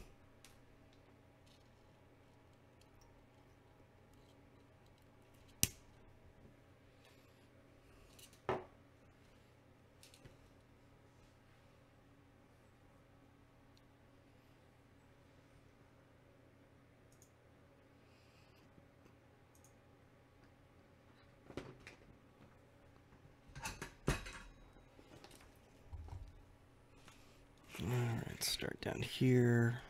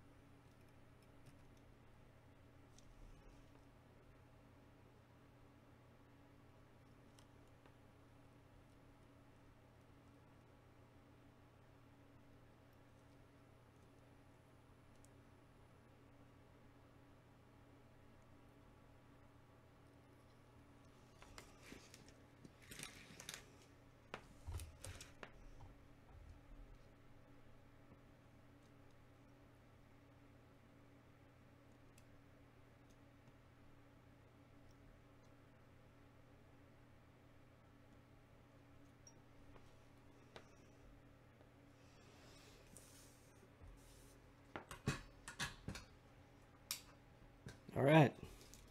I think all the soldering's done. Let me snip this up. I'll test the LEDs again. And fix any issues that there are, which I'm sure there will be some. I probably shouldn't have snipped all these off. That's all right.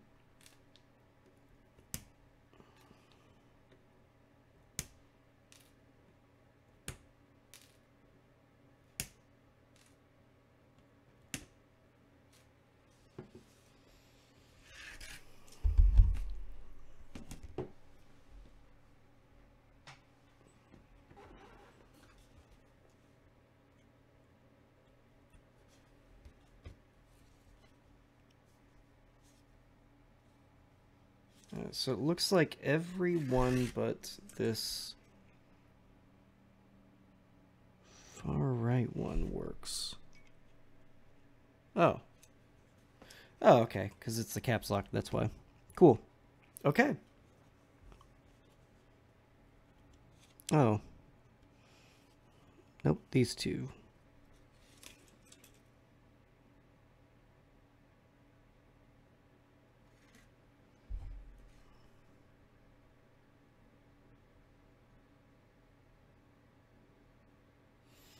Which they look like they're soldered on fine.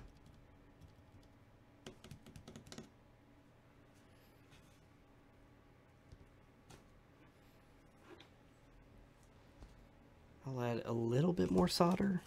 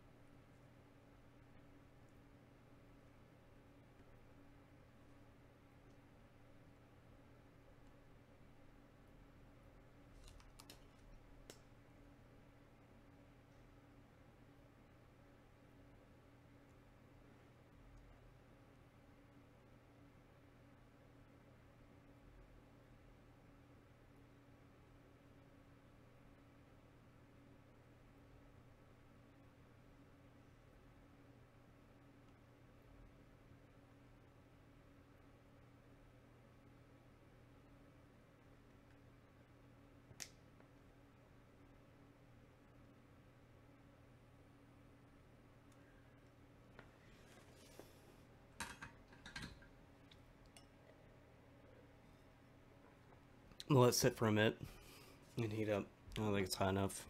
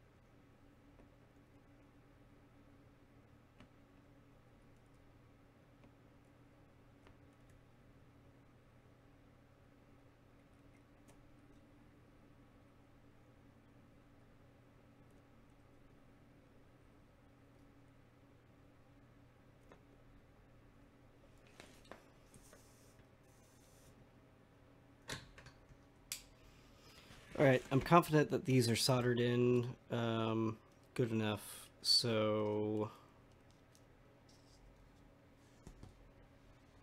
if they're not working, then I'm going to say it's a layout issue or the LEDs really just are dead. Although, again, I don't really think that's the case. I really do think that these are... I really do think it's a layout issue. So, alright. So I'm right with that. I am going to put the case together and toss some keycaps on it. See how it looks.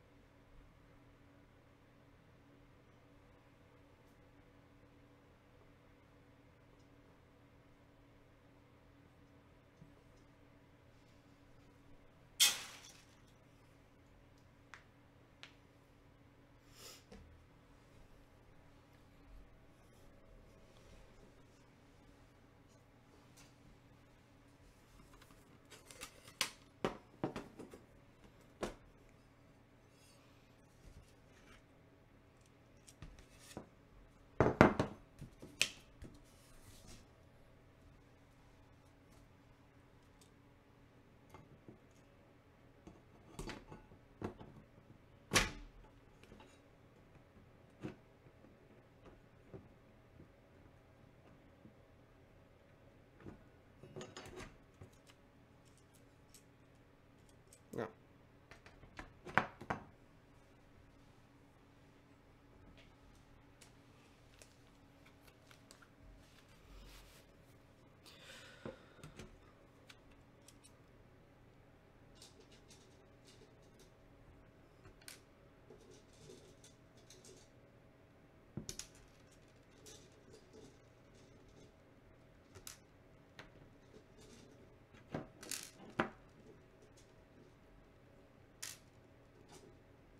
I'll go ahead and swap this camera overhead again.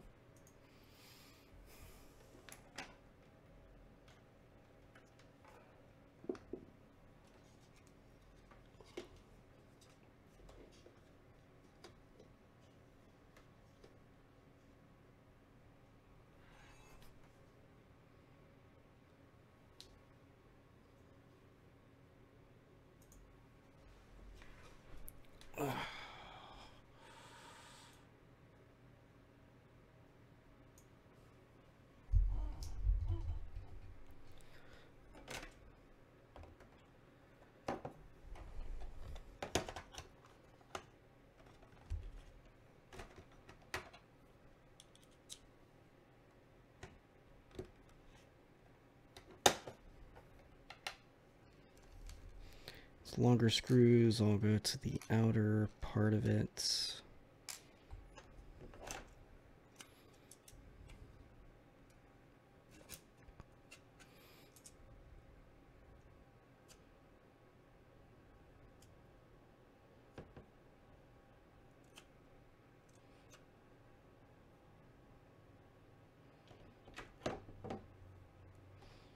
So this is going to be interesting because the keycaps are pushing on the top of... There we go, okay. This is going to be less interesting than I thought it was going to be. Actually, give me just a minute here. I'm going to do a couple of things and be right back on the stream.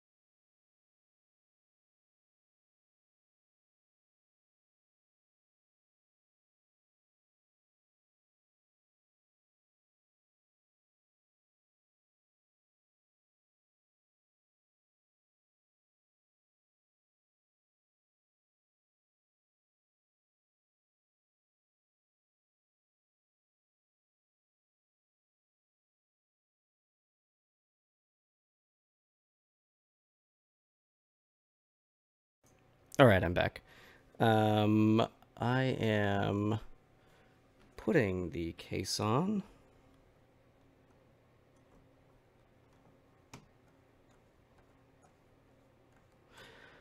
I'll try and find the links to the parts for this. Post it in the description in case anyone's interested in building something like this. Again, the anything that runs on QMK, super awesome. The documentation for it, again, really straightforward, really easy to use. I'm excited to finish up the file for this to make the layout exactly what I've dreamed it would be. So, here we go. It's in the case. Got the acrylic back on it. So now it's time to start putting on some keycaps.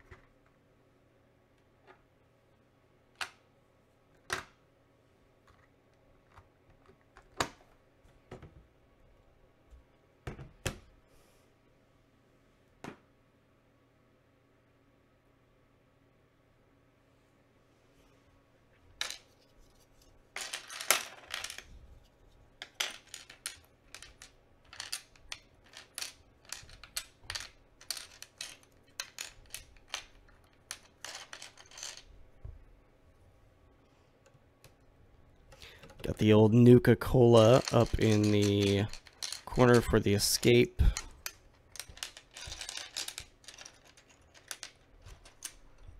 And again, keep in mind this is a Fallout themed keyboard, so as such, gonna be a couple of things here and there from the game. All of these I got off AliExpress. The Fallout modifiers I got from AliExpress as well. I want to say there were $2 or $3 each. Very affordable, not too expensive at all.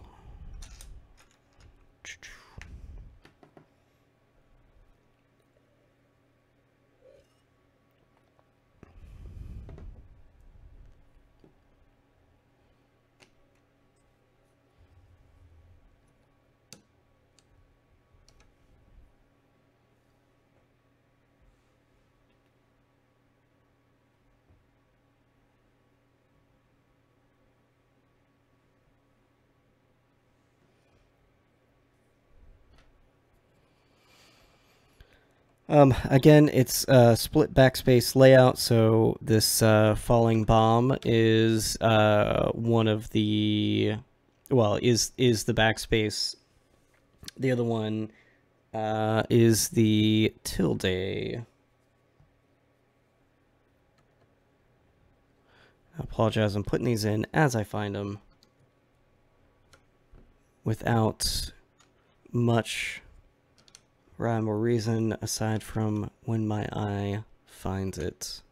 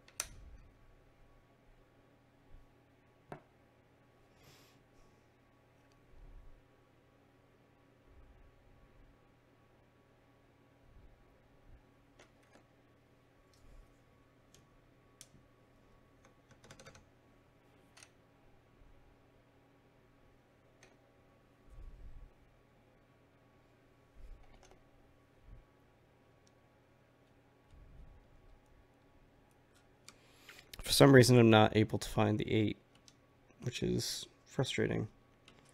It's alright. I'm sure it'll turn up.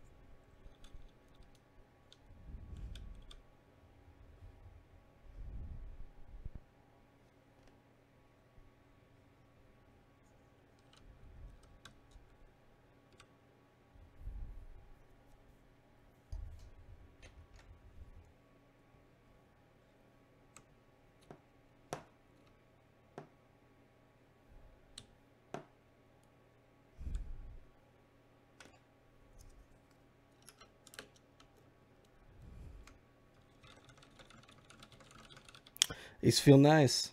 I like them already. Again, I'm kind of jealous.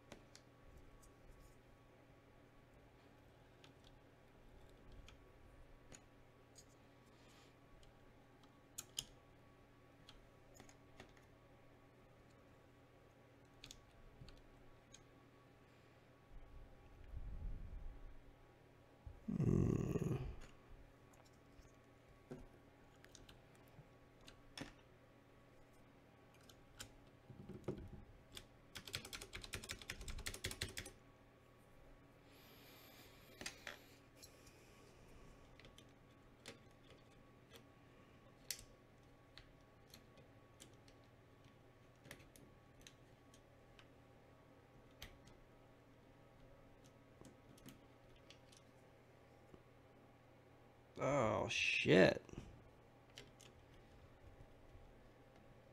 I think my shift is too thick for the... It is. Huh. Well, I'm not really sure what could have been done differently because that... I'll have to file down this keycap, I think. Yeah.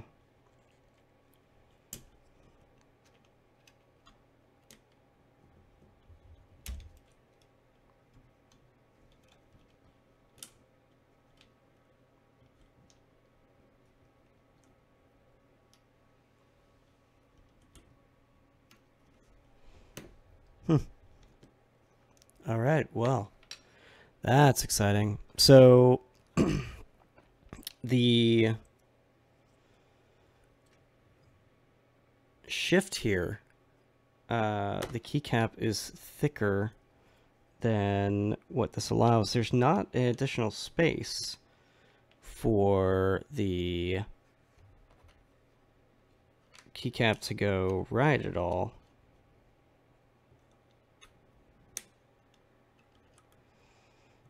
I mean,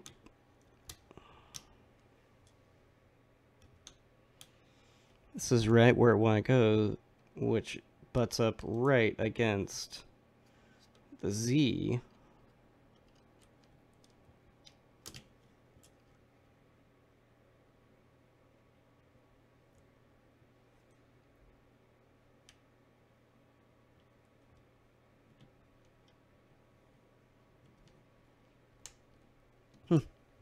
All right, that's really too bad. I was hoping to have this thing done tonight, but probably not going to now. Unless I use a different modifier there. Which I might be able to.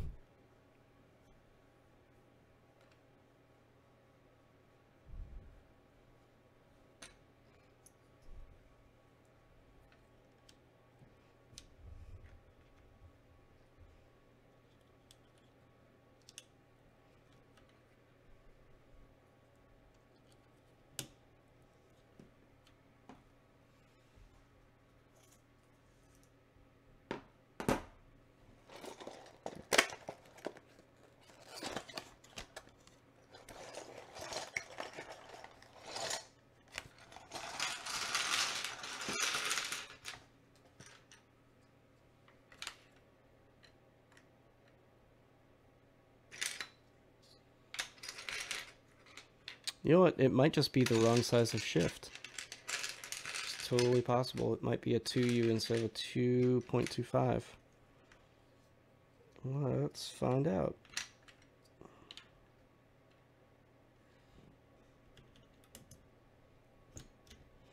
Yep, that's exactly what it is. All right. So that's a new one. So I'll have to find a 2U shift for this. 2U modifier of some sort. That is too bad, friends.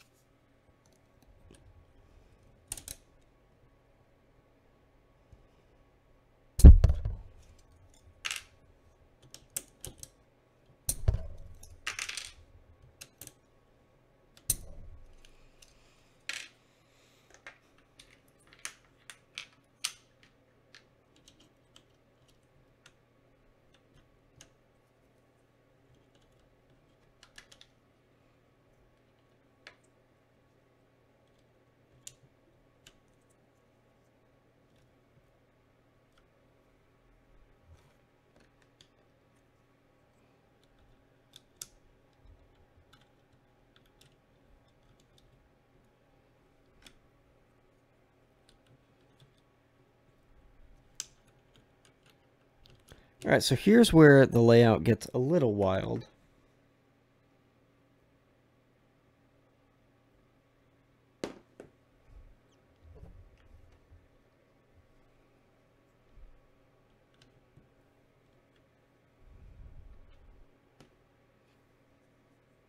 So this 3/page down that I've got here is actually the right shift. And then aside from that, oh, found the 8.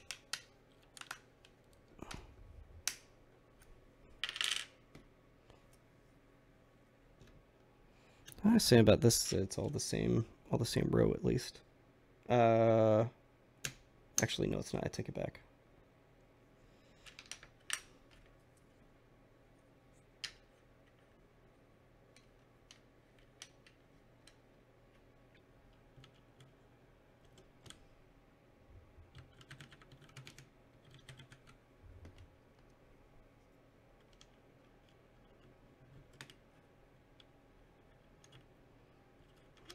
Oh, shit. I'm going to have to move this key over.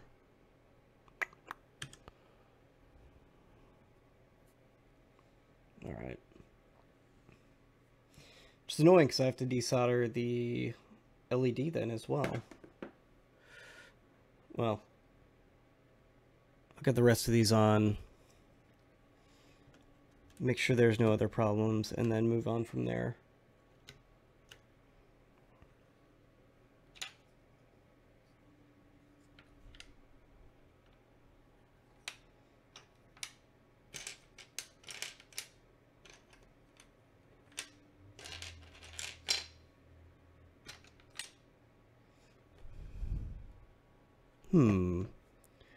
Missing my Alt key.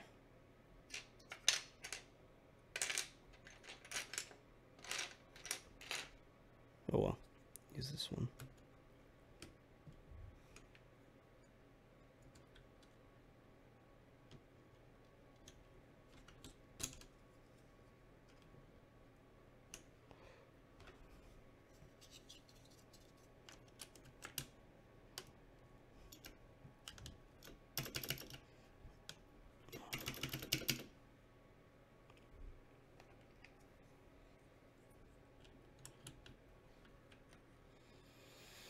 So one is basically another Windows key. The 2 here is another Alt.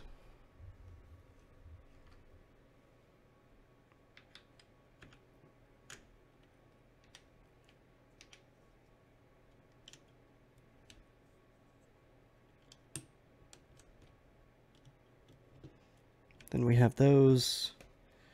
And I really just need to pull off this cap. Replace that one. And it's really almost done. I just have to go fix that one. I'm gonna do that off stream. Do a little soundy sound test real quick. Just so you can hear what this sounds like.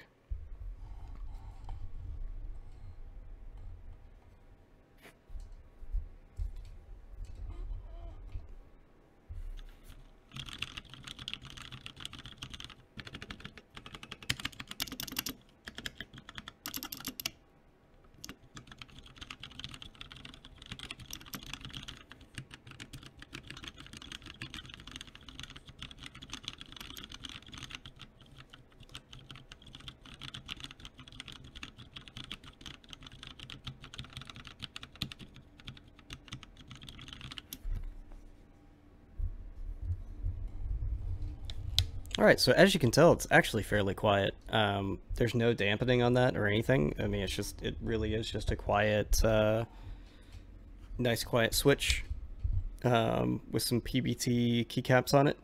I'm gonna get to fixing that issue with the up arrow, and yeah. Yeah, I'll probably post something later on Reddit or something with the final build of this, especially once I find a 2U left shift to replace this. So yeah, thanks for watching. Hope you enjoyed it. If you have any questions, feel free to drop it in the comments.